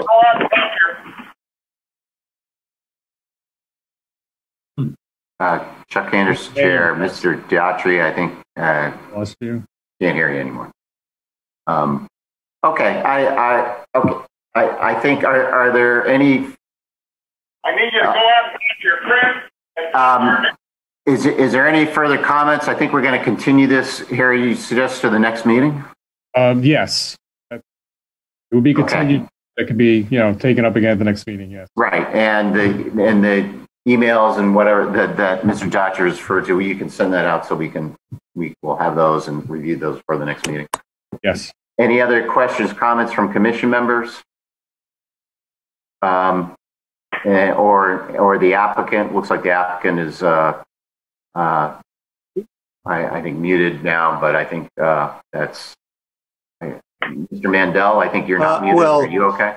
Yeah, no. My only comment about this is it sounds like if the ADA parking is required and there has been a landscape plan that had been submitted, that could be made a condition of approval that it's acceptable by the commission or by staff to have that approved.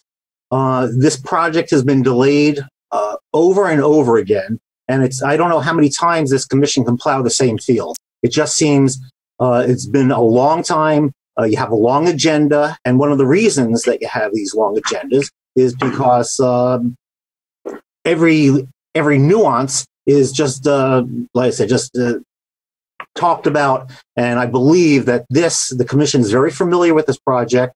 The neighbors seem to be concerned with the landscaping, and I believe you should close the public hearing and be able to look at that landscape plan, which had been submitted. John Cunningham is a well-respected professional, and he's done an awesome job in the past, and he will continue to do an awesome. Thank you, Mr. Mandel. The problem is if we close the public hearing and we want to change the landscape plan, we can't ask you about it. So that's we haven't reviewed it yet. So we'll continue this to our next meeting, and then hopefully wrap this up then. Okay. I mean, we haven't looked at it yet. So that's where we are.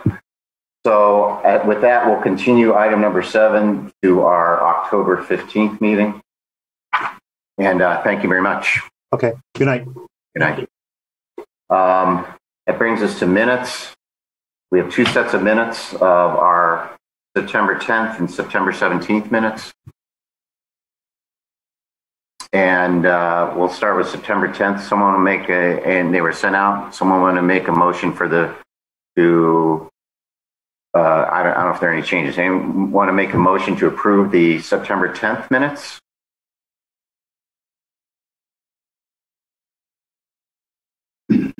Chadwick moves to accept the minutes as delivered.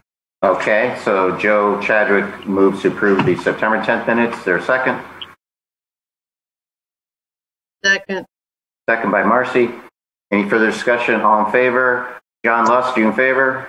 In favor. Joe Chadwick? Chadwick in favor. Joe Vayuzo? Vayuzo in favor. Marcy? Marcy in favor. And I'm also in favor. So same thing. Someone will make a motion to approve the September 17th minutes. John Lust, so moved. Moved by John. Is there a second? Chadwick seconds. Second by Joe Chadwick. Any further discussion? All in favor? John Lust? John Lust in favor. Mr. Chadwick? Chadwick in the affirmative. Mr. Vayuzo? Joe Vayuzo in favor. Marcy? Marcy in favor. And I'm also in favor. So with that, let's take up the one item here that I think we can vote on, which is the Sukasa site, which is item number 3 of our public hearings. 400 East Main Street, Branford River Commons LLC, Kenny Horton applicant. Special exception for the office and medical building. And I think we went through that. And Caitlin, you had you sent us, and we actually reviewed during the public hearing the proposed conditions of approval. So maybe you can pull those up because I know you had a couple of additions. Yes, I will do that.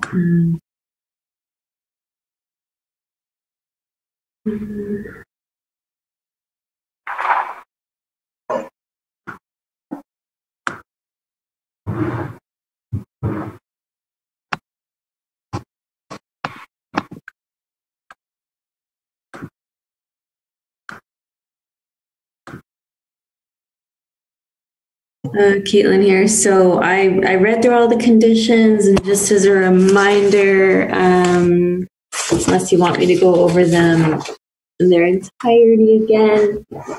No, just go over the additions. Yeah, I don't think anybody wants that.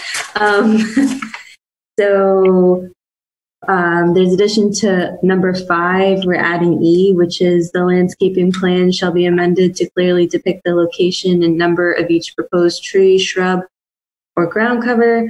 Such planting shall correlate to the planting schedule proposed on the landscaping plan, last amended September 24th, 2020.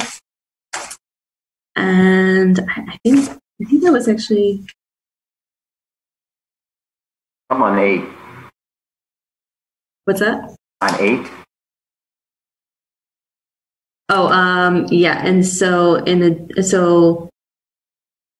add to that any dust generated by spill brought to the site, movement of earth material, or demolition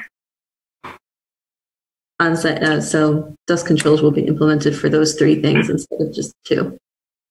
Okay. And then anything else? I think you said something about the signed and sealed or something by a professional.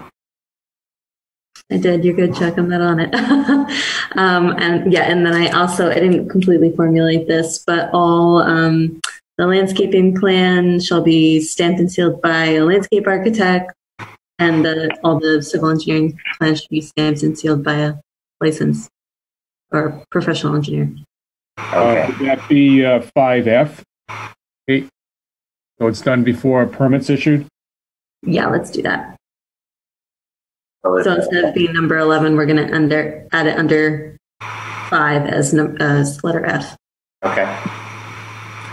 And then there are 3 proposed findings. First one being that the commission finds that the application materials presented are consistent with special exception criteria subject to the conditions. And that it's also consistent with the site plan application material, consistent with the, or subject to the conditions, and subject to compliance with the conditions listed below. The commission finds that the applicant has demonstrated excellence in landscaping design per section 6.3 L2 and waives the required front yard landscaping strip per section 6.3 F1, and further permits the use of okame cherry trees to satisfy the street tree requirements. Okay, Chair. Thank you, Caitlin. Someone want to make a motion to approve the application with the findings and conditions in Caitlin's October 1, 2020 report as amended?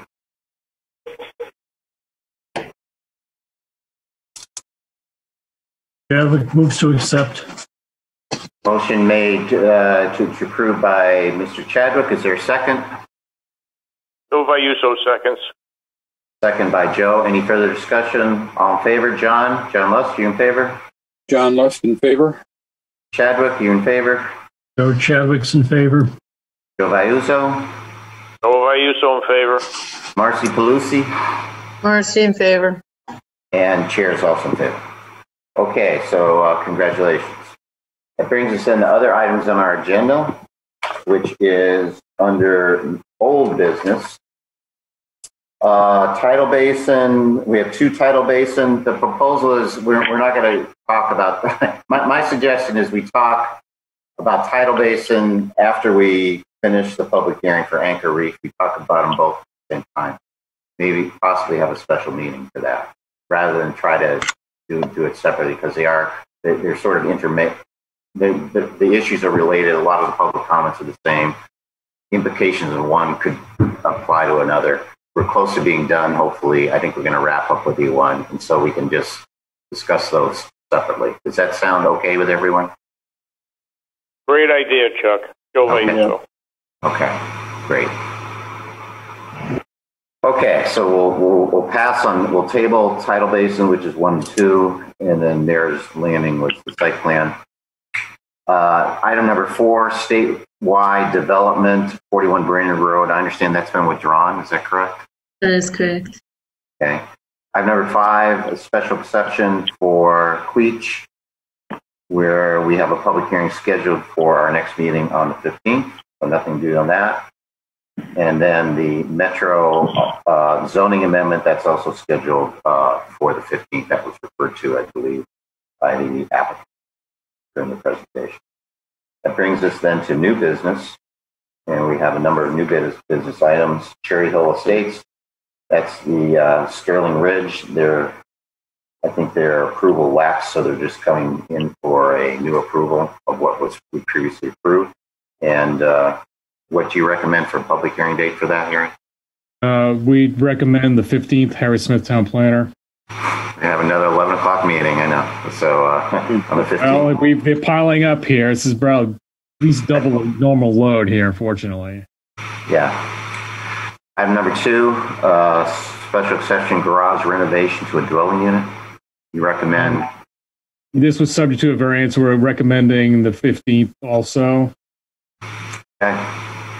We'll do that for the 15th. Item number 3, Summit Place, looks like a landscape modification. Yeah, it involves a wetlands approval, so they will need to take action. I understand that's going to happen before the 15th, so I think we could set the public. Well, the question is, do you want a public hearing? And also, this is not correctly labeled. It should be a special exception modification. So you have the ability to waive the public hearing if you'd like. So you need to decide about that. I'll tell you what the proposal is. It's a modification to the footprint of the building and a little bit of the exterior, and also a change to, if you remember, the stormwater drainage outfall to the east, which went down very steep slope from the top of this little ridge. There were 2 retaining walls set apart in a terrace fashion.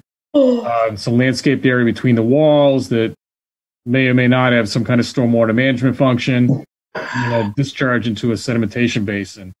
So the applicant had landscaping between the retaining walls, is now proposing riprap, which frankly has already been installed. So they're looking for a retroactive approval for that change. That's what's going in front of wetlands, since that is within the buffer area of the wetlands at the bottom of the slope. Okay, so the question is, do we want to waive the public hearing, or do we even want to decide that tonight, or what? You could decide that tonight. You don't have to decide that tonight. If you don't decide it tonight, you want to have a public hearing, that of course will delay it into November.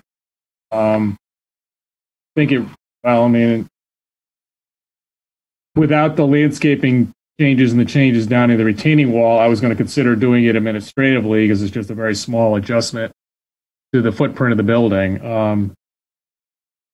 But I think with that piece of it and the wetlands involvement, I wasn't comfortable doing it as administrative approval. Sounds like a minor change. Yeah, No, by you is a minor change, especially given the time for before winter here. Yeah, and they already wrap up already too. On top of it, so right. So I think bringing it up on the 15th is probably appropriate. It really doesn't affect any neighboring properties outside of the footprint adjustment, but that's not. It's just a change in what it is. It's not going to change the mass of the building or anything like that, and how it's not that much of a change. I would move this as an administrative approval subject to the comfortable wetlands approval. Okay, if you're comfortable with that, I can do that. Joe Vayuso's comfortable with that. Okay. Marcy Paluzzi's comfortable with that. John Lust is comfortable with that. Okay, then a lot of comfort being offered here. Do we need a motion, or can you just do it? I can simply do that. I'll take that expresses the consensus of the commission. Okay, great. Okay, so that takes us off our agenda, right? Well, not really. We've got 4, 5, 6, and 7, and actually. No, I mean it takes number 3 off the agenda. Yes, that's off your agenda. Yeah. Okay, that's progress. Okay, 4, 5, and 6, we need to schedule public hearings, and you're recommending sometime in November? We're recommending sometime in November. We could take that up at the next meeting.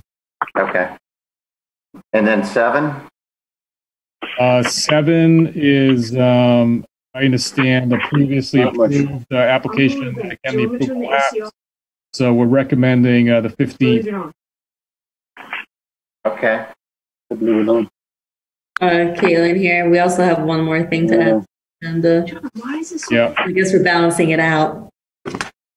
Okay. We have an application for 1156 Main Street, which is I believe the property either has the home restaurant and the parking lot behind it, along with the small building going down the hill there. Done in about 2 minutes. These property owners have changed hands a little bit, but this is been an ongoing legal battle that's gone on for, I believe, at least 10 years. So at this point, I would suggest the application automatically accept for the record anyway, since it was filed yesterday, but it was filed so late it didn't make it on the agenda.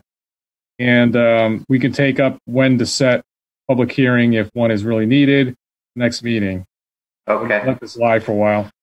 Okay, so we'll acknowledge that this item has been received and the clock is running, and we'll decide more at the next. Yep. Okay, anything else for planners report? At this hour, no. Okay. Okie doke. Okay, anybody else got anything else? No, thank you. Okay, I want to make a motion to adjourn. So moved. There's second. Second. Go by your seconds. Okay, John, are you in favor of adjourning? Yes. John Luft in favor of adjourning. And Mr. Chadwick? Absolutely in favor. Joe Vayuzo? Go by you, so in favor. Marcy? Marcy Paluzzi, yes, please. And Chair is also in favor of adjourning. So thank you, everyone. Another 4-hour meeting, so appreciate it. No. And there's more to come. We'll do it again. Okay. Definitely more than once. Have a good night. Okay. Good night. Good night. Later your evening. Keep smiling. Bye-bye. Bye-bye.